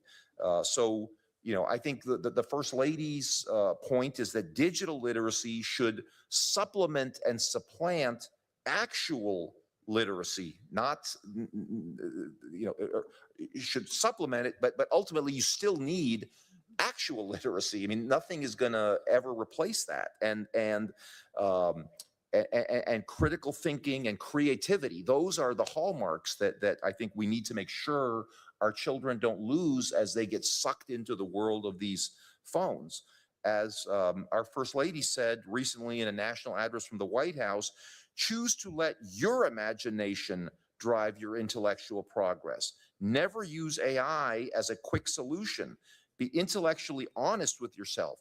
Use AI as a tool, but do not let it replace your personal intelligence. And actually, I read just something the other day that somebody was talking to a very accomplished college student from Stanford, and that student couldn't even finish sentences because he had gotten so used to working with AI that it was a little bit alarming. So again, this is happening in real time. And I think before turning the floor over to our distinguished guests, I want to say that the United States is committed to advancing digital literacy as a cornerstone of our diplomatic and development efforts, working with partners to share best practices and support teacher training. So we're very eager to hear what our distinguished guests have to say in this panel. And I wish, by the way, we could have everyone here. I see we have a number of people who have been slotted to speak. I wish we could have opened this up so that everybody could speak. These are really important issues. And I just want to thank both the speakers and those who are in the audience today for their attendance. Thank you very much. Thank you, Mr. Deputy Secretary. For our first speaker on this topic, I would now like to call on the spouse of the Prime Minister of Belize, Her Excellency Rossana Briceño. Excellencies, distinguished leaders, colleagues, and friends. Allow me to begin by extending my sincere appreciation to the First Lady of the United States, Melania Trump, for convening this dialogue and for ensuring that the well-being of children remains at the center of our global priorities. Belize definitely supports this initiative. Across the world, we are witnessing an unprecedented transformation in how children learn, connect, and grow. In Belize, we strongly believe that investing in children's education and well-being is one of the most powerful ways to build resilient societies. For us, the question is not simply how technology can enhance education, but how it can empower and unlock every child's potential. With this vision in mind, the Ministry of Education, Culture, Science and Technology continues to advance efforts to integrate technology into classrooms, strengthen the digital skills of both teachers and students, and improve the quality of education nationwide. These efforts are guided by the Belize Education Sector Plan and are grounded in a national vision of making education work for Belize. Through investments in STEAM education, coding programs, robotics training, and digital learning platforms, Belize is taking deliberate steps to prepare young people for the vast opportunities and challenges of the digital age. Programs such as the Skills for the Future initiative, supported by the Inter-American Development Bank, have introduced digital learning platforms like Doodle Learning Software, which currently supports more than 1,200 students in 32 schools, with additional students expected to join in this academic year. Likewise, through the FIFA Foundation Digital Education Program, approximately 200 teachers have been trained in computer science fundamentals, enabling them to introduce coding and computational thinking in the classroom. Last year, 25 primary schools integrated the Code.org curriculum through the Code Caribbean Computer Science program, allowing students from grades 4 through 8 to develop digital skills in coding and robotics. And because we recognize that connectivity is not simply a convenience, but a bridge to opportunity, ensuring equitable access to technology remains our national priority. With this, Belize has made significant progress in expanding digital connectivity within schools. Through the ministry's Connect ED program, high-speed internet has already been delivered to 75% of Belize's students and teachers, more than 66,000 students, and nearly 4,000 educators. For us, that goes a long way because it's only about almost 400,000 of us in Belize. This initiative will continue to expand, bringing 70 additional schools online and increasing the total number of connected schools to 283, ultimately reaching more than 87,000 students across the country. In 2024, the Ministry of Education launched the 501 Academy website, featuring digital resources and tools for teachers and students. This includes 3 AI chatbots, the 501 Teaching Assistant, the 501 Historian, and the Creole 501 Teaching Assistant. Creole is a dialect that we have in Belize. Instead of saying good morning, we will tell you good morning. So these were designed to integrate artificial intelligence into the classroom and enhance teaching and learning specifically for the Belizean context. Over the past 2 years, the ministry has also distributed over 7,000 Chromebooks to students across more than 165 primary and secondary schools, helping to bridge the digital divide and enabling students to access digital textbooks, learning portals, and educational resources. Beyond the classroom, Belize is also creating spaces where innovation and creativity can flourish. The ministry has launched 7 youth spaces across the country, transforming public spaces into innovation hubs where young people can experiment with technology, develop digital skills, and collaborate on new ideas. These spaces were intentionally designed to be inclusive, welcoming, and child-friendly environments that encourage creativity, curiosity, and lifelong learning. In February of this year, the government of Belize, through the Ministry of E-Governance, inaugurated the Digital Literacy Training for Citizens initiative.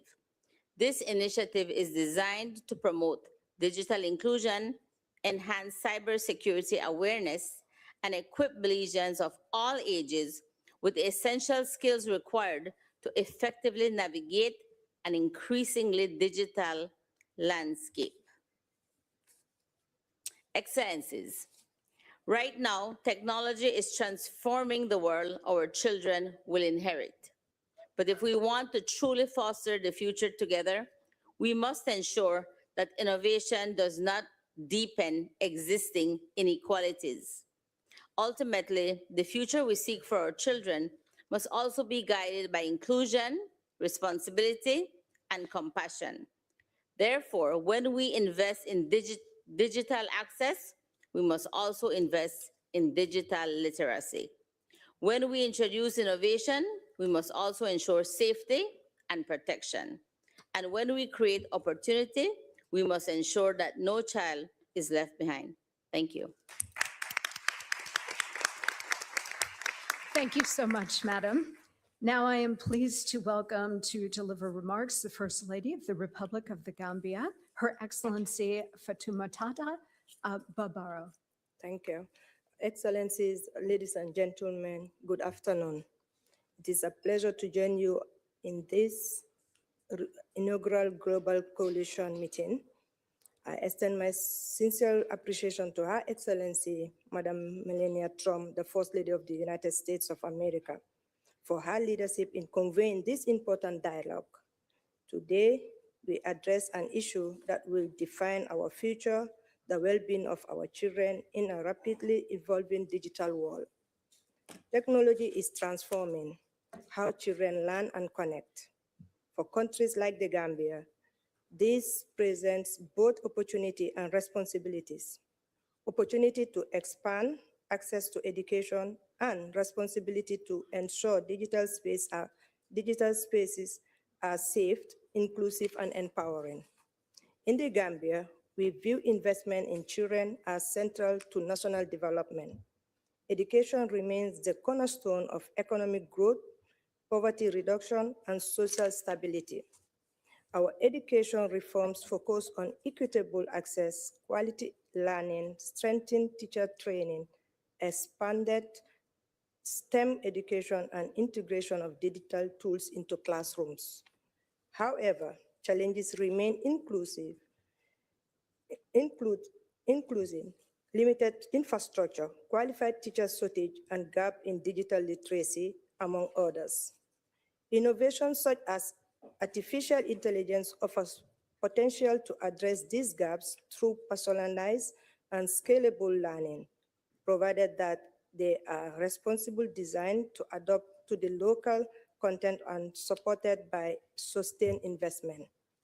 At this time, child online safety must remain a global priority. Children face risks including cyberbullying, exploitation, and misinformation. The Gambia Support Child-Safe Digital Platforms is committed to strengthening our child protection frameworks and calls for collective global actions to safeguard children in a digital space.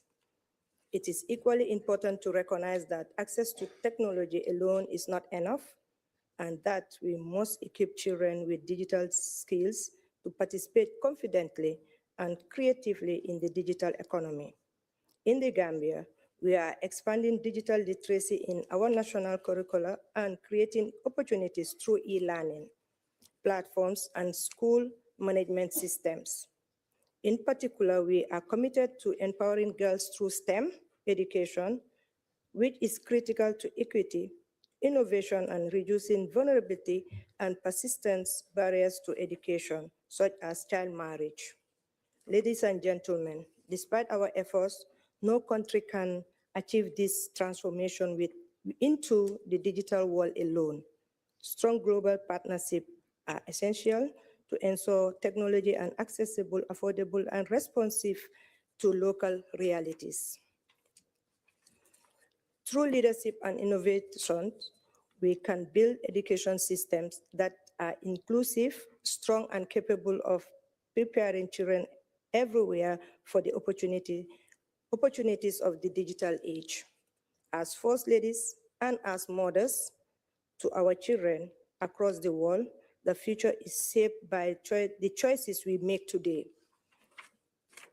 The Gambia remains committed to advancing child well-being, in the digital age, and I am confident that together we can ensure that every child can learn, grow, and strive in our safe, shared digital future. I thank you. Thank you, Madam. Now I'm very pleased to welcome the First Lady of Montenegro, Mrs. Milena Milatovic. Thank you very much. Esteemed First Ladies and gentlemen, dear partners, it is a great honor for Montenegro to participate in this summit and to contribute to global dialogue on how technology can help children learn and grow safely in the digital age. Let me therefore thank to our host, the First Lady of the United States, for having us here today. In Montenegro, we believe that digital transformation in education is not only about technology. It is about empowering children with the skills, creativity, and confidence they need to shape their future. To support this vision, Montenegro is focusing on three key priorities: strengthening digital infrastructure in schools, developing digital competencies for teachers, and creating a comprehensive and inclusive digital learning ecosystem. One of the most important initiatives within this transformation is the Digital School Platform. What started as a response to the challenges of the COVID-19 pandemics has today evolved into a national digital learning environment, providing thousands of online courses. At the same time, we are transforming schools through EdTech laboratories. These innovative learning spaces allow students to explore robotics, programming, and artificial intelligence. But we all know that technology alone cannot transform education. Teachers play the central role. That is why Montenegro has developed a national framework for digital competencies for teachers and launched training programs. Teachers gain skills and confidence needed to integrate digital tools into everyday learning. We also recognize that digital transformation must be inclusive. Our initiatives aim to ensure that every child, regardless of background, gender, or ability, has access to digital learning opportunities. In particular, we encourage girls to participate in STEM programs, and I am personally very proud of it, and to see themselves as future innovators and leaders. Finally, as we introduced advanced technologies into education, we prioritize digital safety and ethical use of technology. Dear friends, Montenegro looks forward to working together with all of you, our global partners, through this coalition. By sharing knowledge, building partnerships, and supporting innovation, we can ensure that technology truly serves the best interest of every child. Thank you.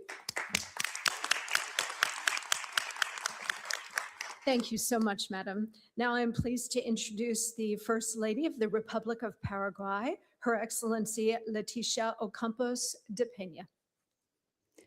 Good morning. Muy buenos días a todos. I will speak in Spanish also. I would like to extend my greetings to Her Excellency Melania Trump, First Lady of the U.S., and I would like to thank her for bringing us together. First Ladies, First Gentlemen, and representatives of all countries present. It is an honor to be a part of this meeting, and I am thankful for the invitation to be a part of the Fostering the Future Together Coalition, which brings us together to work together so that our children grow up and develop holistically in a safe digital environment. In Paraguay, we're implementing a computer labs and robotics labs in hundreds of schools to develop computational thinking and technological skills. With our Connected Youth program, we will connect thousands of young people in AI, promoting inclusion and opportunities. We understand the importance of responsibly using technology. That is why we created a law to regulate the use of mobile devices in schools. We are also investing in training teachers to strengthen their role as guides in using information safely and ethically. We also know that technology in and of itself is not enough. In order to learn, a child needs to be well fed and cared for. We have a zero hunger program in schools that guarantees daily meals to more than 1 million children. This improves attendance, performance, and remaining in school. Along these lines, we have a program called Seeds of the Future. This is with families for the first 1,000 days of a children's life, promoting early education for all children. Health, early education, and working along with families is of utmost importance. We want to build the foundation for all human beings so that technology has fertile ground on which to grow. Paraguay is promoting a law for the holistic protection of the rights of children in the digital space. This is based on the principles of security from its design. This is complemented by a national observatory, strategic intelligence center that assesses risks such as cyberbullying, and there is quick intervention facing digital threats to strengthen the safety of our children online. Fostering the future is key for international integration. Digital technology has no borders, and protecting children must be a shared global responsibility. In Paraguay, we reaffirm our commitment to working together so that technology translates into more opportunities, more education, and more protection for our children. Thank you all very much. Madam, thank you. Muchísimas gracias. Ahora me complace presentarles a la primera dama de la República de Senegal, Su Excelencia Marie Koné Faye.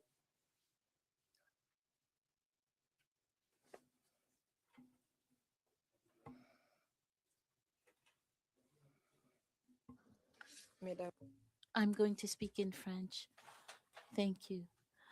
Madam First Lady Melania Trump, Madams First Ladies, distinguished guests, dear partners, it's an honor for me to represent Senegal within this World Coalition, fostering the future together. I would like to thank Madam First Lady Melania Trump for this initiative that places technological innovation to the service for the most precious treasures of our nations, our children.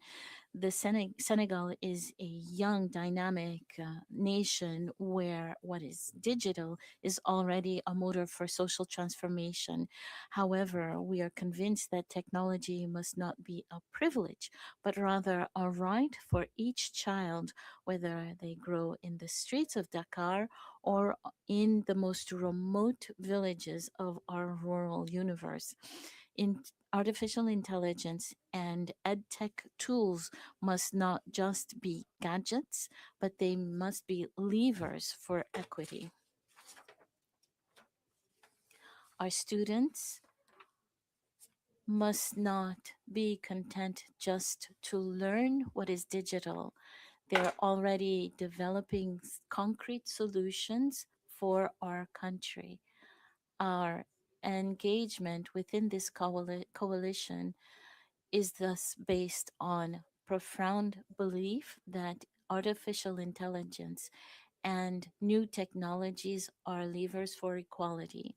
They allow us to break down barriers such as distance and gives to each student in Senegal the same chances of success as any child in the world.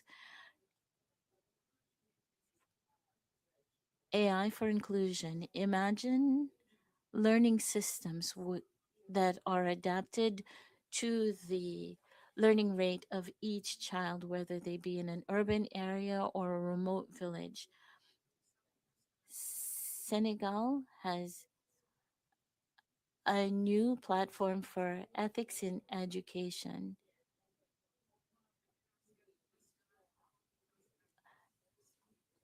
a skills center for where each child should have the know-how to deal with these technologies. Digital literacy, we do not wish only for our children to use technology. We wish for them to understand it, create a generation of creators and not just of simple consumers. This is our priority. This is why we have integrated digital literacy for the youngest students so that each girl and each boy can learn, grow, and prosper. Ladies and gentlemen, the digital world has no borders. No country can protect itself on its own. It's through solidarity and sharing of our best initiatives that we will build this safe and bright future that we call our future. Thank you. Merci, Madame. And now I'm delighted to introduce the First Lady of the Republic of Seychelles, Her Excellency Veronique Emini. Good afternoon, First Ladies, First Gentlemen. It is an honor to be addressing you today at this global summit as the First Lady of the Republic of Seychelles. As parents and women empowered to advocate for those most vulnerable, we can indeed work together to build dreams for our children in the transformative technology and innovation space. I am certain that what we are seeing today in innovation is just the beginning. Education ensures that every child can live with dignity, opportunity, and an equal voice in shaping the future. It is the foundation of a nation's success and its prosperity. Education is the key, and innovative technology, the new pathway. Seychelles, a small island state, has made meaningful progress in integrating digital technologies into education through initiatives such as smart classrooms, digital learning platforms for both teachers and pupils, robotics programs, and emerging AI-supported learning tools to encourage learning. Through such global coalition, we could also review what we have done so far and readjust to ensure we leave no child behind, including those in orphanages, exceptional schools, and on all our islands. Boys Connect is an annual initiative from my office, a 3-day digital camp over the school holidays to help address certain deficiencies and empower our young boys for more positive masculinity and emotional resilience. It is through positive exposures and adventures that we improve the chance of our next generation being more informed and thus better able to navigate challenges and build healthy relationships as adults. In this digital era, where gender-based violence is being aided and escalated using technology, we need to ensure mandatory digital literacy, not only for our children, but for parents, teachers, and caregivers to support responsible and safe digital learning. We need to ensure that technology improves rather than diminishes our children's critical thinking, age-appropriate content through some sort of quality control and legislative frameworks, cultural and social context so values are not eroded, localize the content and support to remove language or cultural barriers. More cybersecurity awareness workshops at community or school level as part of the support for digital literacy. Lest we forget, as parents, handheld devices should never replace laughter and fun, compliments and not replace our judgment nor our parental roles, nor should it push our children to avoid human touch and lose out on emotional resilience. I will end here with a personal commitment to see the advancement of education and learning at all levels and ages in Seychelles, as we also advocate for Sustainable Development Goal number 4 on quality education. I thank you, Madam First Lady Melania Trump, for taking such bold steps in encouraging us to come together to promote digital education for all through this global coalition. Thank you.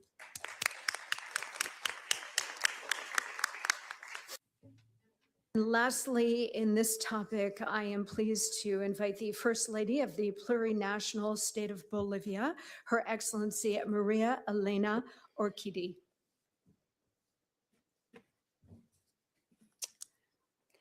I would like to express my heartfelt gratitude to the First Lady, Melania Trump, for bringing us together in such an important initiative. I would also like to extend a warm greeting to all the first spouses present here today, and Deputy Secretary of State, Chris Lando. Es un honor representar a Bolivia hoy día. It is an honor to represent Bolivia here today. A country that is diverse, resilient, and full of history, but above all, full of people who move forward every day with strength and dignity. Bolivia is not just a place on the map. It is a living reality shaped by families who struggle, by children who dream big, and by women who carry their homes, their communities, and their future on their shoulders. And it is from that real Bolivia, not from theory, that I want to speak to you today. Today, the world talks about artificial intelligence, innovation, and the future. But Bolivia, for many, the conversation starts much earlier. It starts with something more basic, more urgent, more human. It starts with a simple question: how do we access? Because for thousands of children, young people, and women, the challenge is not how to use the technologies of the future. It is whether they will ever be able to touch them at all. In our country, having a device or access to the internet is still, for many families, a luxury. There are homes where the digital world is not a part of daily life, not because they do not want it, but because they simply cannot afford it. And that is where this stops being a technological issue and becomes something much deeper. It becomes a question of dignity, of fairness, of opportunity.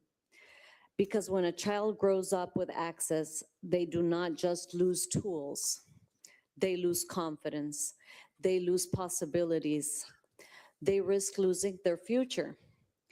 That is why in Bolivia, we hold a clear conviction. Technology cannot become a new form of exclusion.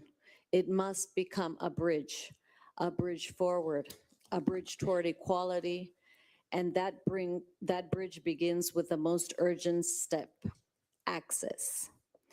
Today, we are supporting initiatives such as one laptop per child, together with partners like CEAL, Consejo Empresarial de América Latina, Educa Bolivia, and Aulas Conectadas, to place digital tools in the hands of children who might otherwise be left behind.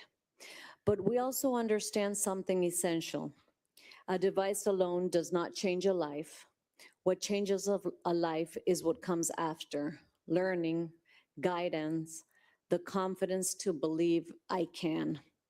That is why we support programs like Crack the Code, where children, young people, and women are learning not only how to use technology, but how to understand it, create it, and grow through it. They learn coding, computational thinking, artificial intelligence, English, but more importantly, they learn something deeper: that they are capable. And when a person understands that, everything begins to change. Doors begin to open, opportunities expand, independence becomes possible. At the same time, we know that progress must be guided by responsibility. We cannot talk about technology without talking about safety. Without digital education, without responsible use of artificial intelligence, technology must empower, but it must also protect. And this is not a challenge any country can face alone. Governments, educators, families, civil society, and the private sector must move forward together. Because if we do not, innovation risks remain in the hands of a few, and that cannot be the future we build. Our message is simple: In countries where so many still lack the most basic tools, closing the digital gap is not secondary, it is essential. Because every child deserves the chance to learn, every young person deserves the chance to grow, and every woman deserves the opportunity to move forward with dignity, tools, and hope. And when we make that possible, we are not just expanding access, we are building the future for our families, for our communities, and for our country. Thank you very much. Thank you, Madam, and thank you to all of you for this, again, a very important conversation, this one on digital literacy and skills. I want to thank my friend and colleague, Deputy Secretary Chris Landau. Did you want to make a final concluding remark? Yeah, let me just say, yesterday I had the honor of chairing the United Nations Security Council, and I think, frankly, the discussions that we're having here today are no less impactful and forceful. And so I just want to say I learned a lot from hearing about the innovative programs in different countries. I think there's not necessarily a right or wrong answer to this. Every country is going to have its own challenges and opportunities, and I think we can all learn from each other. So again, I am very grateful to all of you who participated in this panel, and again, thanks to everybody for being here today. Appreciate it. Thank you very much. Okay, ladies and gentlemen, please welcome the Chairman of the Federal Trade Commission, Andrew Ferguson, to introduce our fourth and final topic today.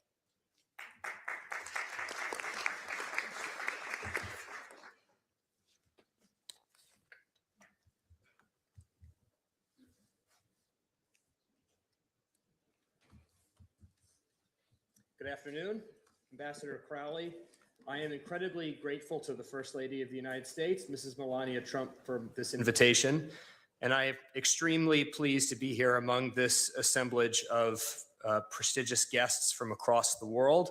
And I am very grateful for the opportunity to hear from all of you about how you are addressing the prospects and challenges of AI in your unique countries, for your unique peoples and your unique institutions, but also bearing in mind that these prospects and challenges are ones we share in common as mankind. The AI age offers immense benefits for learning, connection, communication, opportunity, but it also presents real challenges for child safety. Our children face serious risks when it comes to predatory behavior online and exposure to harmful content. Data is the necessary input for the digital age and for AI in particular. But our children and their data cannot become grist for the digital mill. The whole world has come to recognize that we must have different rules for our children online and for their data than we have for adults. After all, the purpose of innovation is not progress for progress's sake. The purpose of innovation must be to promote the flourishing of all of the peoples of our nations, and especially our children. We cannot trade off our children's safety and well-being for innovation. At the same time, overly broad or poorly designed regulations risk stifling innovation, limiting access to beneficial information, infringing on free expression, and undermining parental authority by inserting government bureaucrats in the place of mothers and fathers. This is key. In our well-intentioned efforts to promote the safety of children, we cannot replace parents with governments. Instead, the government must come alongside parents and help them navigate the challenges of the internet and of artificial intelligence by making the best choices for their unique children. The goal of child online safety must be to empower parents, not to replace them. That is precisely the vision laid out by President Trump in his recently released AI framework, and has been the vision guiding our enforcement work at the Federal Trade Commission. Here in the United States, President Trump signed into law the Take It Down Act, which was championed by the First Lady to protect children from non-consensual intimate imagery online and deepfake abuse. I head one of the agencies charged with enforcing the Take It Down Act, and I can personally attest that the First Lady was the indispensable force behind this law's passage. Put simply, without her work, we would not have this landmark legislation. Period. I urge every nation here to pursue balanced, pro-parent policies that confront harms without sacrificing the benefits of the digital age. Let us embrace innovation that enhances the well-being of all. Let us ensure that our children do not become a trade-off for technological progress. And let us ensure that our policies empower parents rather than replace them. I look forward to our discussion. Thank you. Thank you, Chairman Ferguson. And for our first set of remarks on this subject, I would like to call upon the First Lady of the Republic of Ghana, Mrs. Lordina Mahama.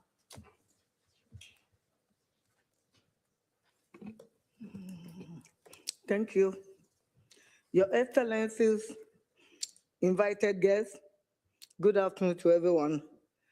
Thank you, Mrs. Trump, for bringing us together to discuss and commit to protecting children in our digital age. Allow me to share something personal. On the 6th of March, Ghana celebrated 69 years of independence. That day was also my birthday. I went online to read my messages. I must confess, I am an avid talker. I watch video after video because dancing, celebration in our Independence Day, and heartfelt birthday wishes of hope and love. Many came from young people who could not attend our national celebrations, but technology gave them a voice. They stood confidently before their cameras, spoke with such grace, sent prayers and encouragement from every corner of Ghana. Indeed, our world has changed dramatically, especially for our children. Nearly 7 out of every 10 persons use social media. In Ghana, 8 to 15 million persons online are mostly young. As my husband, President Mahama, said during our independence celebration, our children belong to a generation armed with tools earlier generations could hardly imagine. In their hands, a smartphone becomes a classroom, a business platform, a creative studio, and a gateway to the global economy. However, this same technology that opens doors can also be harmful. Without proper guidance, our children are vulnerable. This is why Ghana has been investing in our children's digital future, not just with access, but with protection. It is sad that 1 in 5 young victims of cyberbullying skip school because of their experience online. No child should face such harm. In Ghana, we have strengthened our laws, enforced protection, and launched the Safer Digital Ghana campaign to raise awareness and prevent abuse. We are securing the future of our children. It is moral duty. It is our generational responsibility. It is our shared global mission. Thank you for your attention. Thank you very much, Madam. And now I'm very pleased to welcome the spouse of the Prime Minister of the State of Israel, Mrs. Sarah Netanyahu.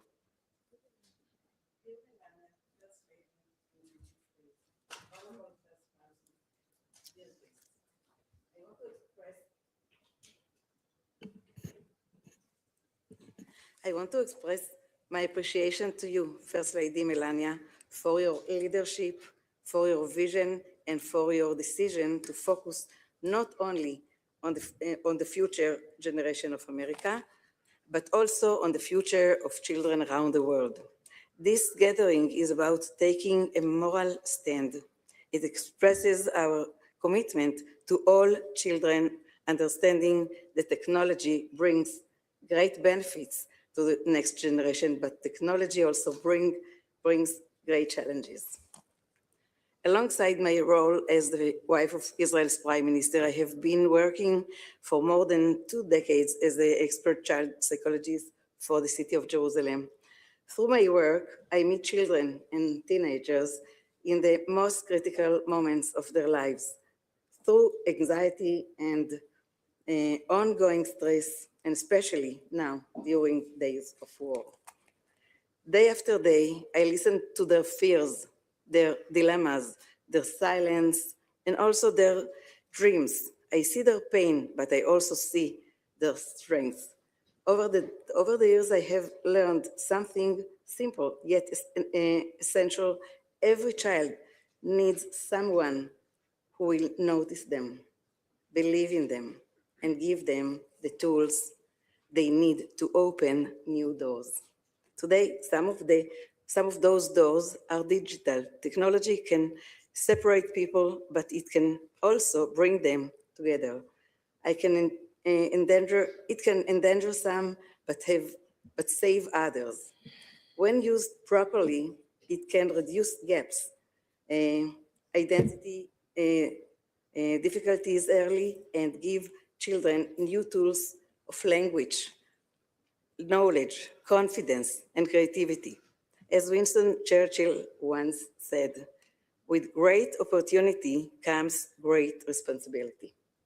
Children cannot navigate alone in the digital world. They need protection, guidance, and a responsible adult who will ensure that the online space is positive, ethical, and educational. As a mother, I feel this on a personal level. When I raised my sons, Yair and Avner, I learned that reality moves so fast, bringing new challenges to every generation. My children have suffered shaming and violence simply because they are the children of the Prime Minister. We must condemn personal attacks on children in any setting, whether in person or online. I see this gathering as a bond of responsibility between nations, between women leaders, and between mothers who understand that the best way to build a stronger future is to invest in our children today. First Lady Melania, thank you for this important event. May our shared effort help children all over the world to learn better, grow more safely, and flourish with hope. Thank you very much. Thank you so much, Madam. Now I am pleased to invite the First Lady of the Republic of Kenya, Mrs. Rachel Ruto.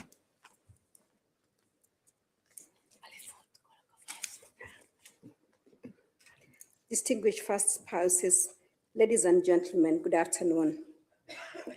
Across the world today, a child is opening a screen, not just to learn, but to discover who they can become. In that moment, confidence is built or broken, and possibilities are expanded or limited. Whether we see it or not, that moment is shaping the future we are all responsible for. It is in recognition of this responsibility that I stand before you today. I bring you warm greetings from His Excellency, Dr. William Samoei Ruto, President of the Republic of Kenya, and from the people of Kenya. The President remains committed to innovation, education, and inclusive growth as pillars of our national vision. Today's engagement has shown us that the future is not coming. It is already here. The question before us is no longer whether technology will shape our children, but how we ensure it empowers them safely, equitably, and meaningfully. Excellencies, ladies and gentlemen, children today are early adopters of technology, growing up in an increasingly connected world. In Kenya, mobile phone access is nearly universal, with over 90% of households connected, while internet usage continues to grow, reaching around 40% of the population highlighting the scale of digital access shaping children's experiences. Kenyan children are discovering a love for coding and digital art through their gadgets. They are creating animations, designing apps, composing music, and sharing their work with the world. One remarkable example is Argo, Africa's first public environmental augmented reality game developed by Kenyan artist Joanna Olwoch with input from young people. It brings wildlife to life through interactive storytelling, showing how local innovation can inspire global audiences. Excellencies, allow me to briefly highlight Kenya's digital journey. Kenya has made deliberate strides to position itself as a leader in the digital age. We have launched the National AI Strategy 2025-2030, anchored within our Vision 2030 Knowledge Economy pillar to guide responsible and inclusive innovation. Digital literacy is now embedded in our national curriculum, supported by nationwide capacity building programs that are equipping teachers with the skills needed for a digital future. The government continues to expand access to providing digital devices, including tablets and computers to schools across the country, alongside strengthening connectivity through the National Digital Superhighway. Complementing these efforts, the Office of the First Lady is advancing a dedicated digital program for schools, distributing devices and supporting robotics training, particularly in girls' high schools, to nurture the next generation of innovators. We are also strengthening child protection through the Children's Act, which provides a legal framework for regulating online content and safeguarding young users. In addition, the Kenya Education Management Information System is enhancing governance by enabling data-driven, evidence-based decision-making across the education sector. In the words of Franklin D. Roosevelt, with great power comes great responsibility, and today we hold great power, the power to shape how technology touches the lives of our children. Excellencies, ladies and gentlemen, Kenya stands ready to lead with intention. Allow me to share 4 key commitments.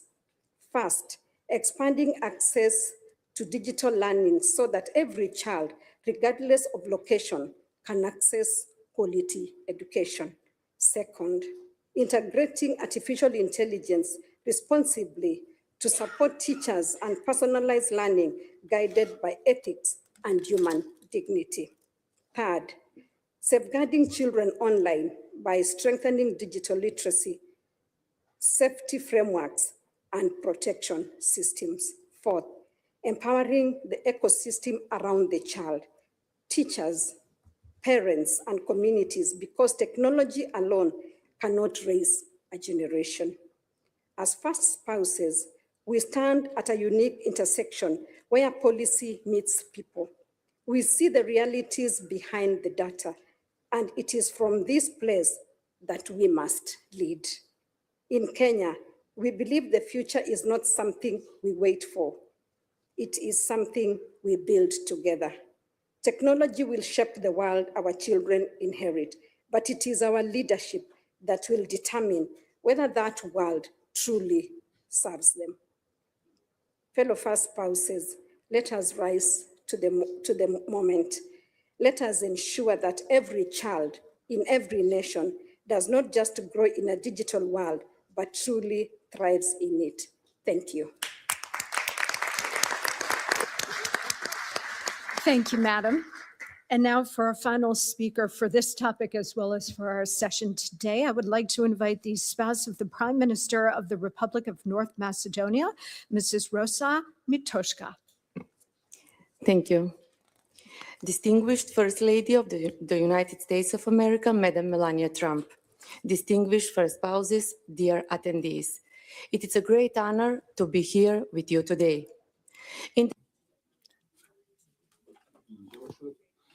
The way in which children learn, communicate, and build their future changes faster than ever. Technology opens new opportunities for knowledge, creativity,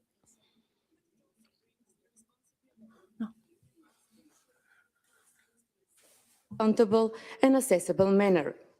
In our country, we believe digital literacy must begin early. Our goal is for young people not only to use technology, but to understand it, think critically about it, and use it to solve real-life problems. A key step in this direction is the 21st Century Schools program, implemented in partnership with international organizations and the private sector. Today, 341 primary schools and nearly 1,900 teachers in our country are part of this initiative, providing students with modern learning tools, including over 10,000 microbit programming devices. Through this program, children develop logical thinking, creativity, and problem-solving skills essential for the future.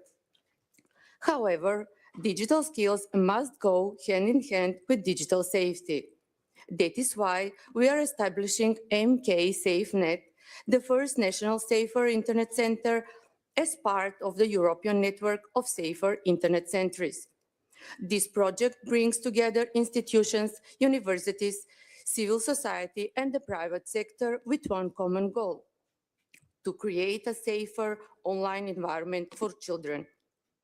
Through educational program, 24/7 helpline, school workshops, and support for parents and teachers, MK SafeNet helps children learn how to recognize online risks, protect their personal data, and use technology responsibly. As a high school teacher, my vision is clear. Technology must be a tool that empowers young people, not a risk that endangers them. That is why cooperation is essential among governments, schools, parents, technology companies, and the international community to build a digital world where every child can learn safely and reach their full potential. Allow me to express my sincere gratitude to our host, the First Lady of the United States of America, Madam Melania Trump, for this important initiative and for bringing us together around shared values. Thank you for your attention. Thank you so much, Madam. And that you have all, over the course of today, mentioned online safety and protection for our children.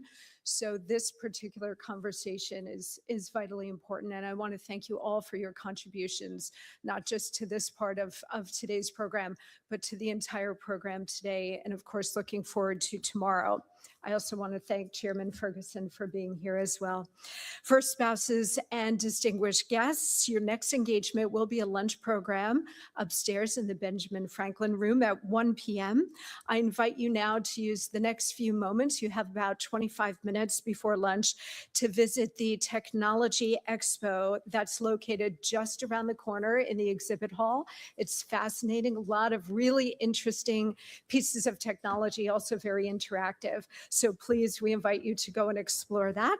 And when you're finished, please proceed to the elevators near the C Street lobby, and you will be escorted upstairs for lunch.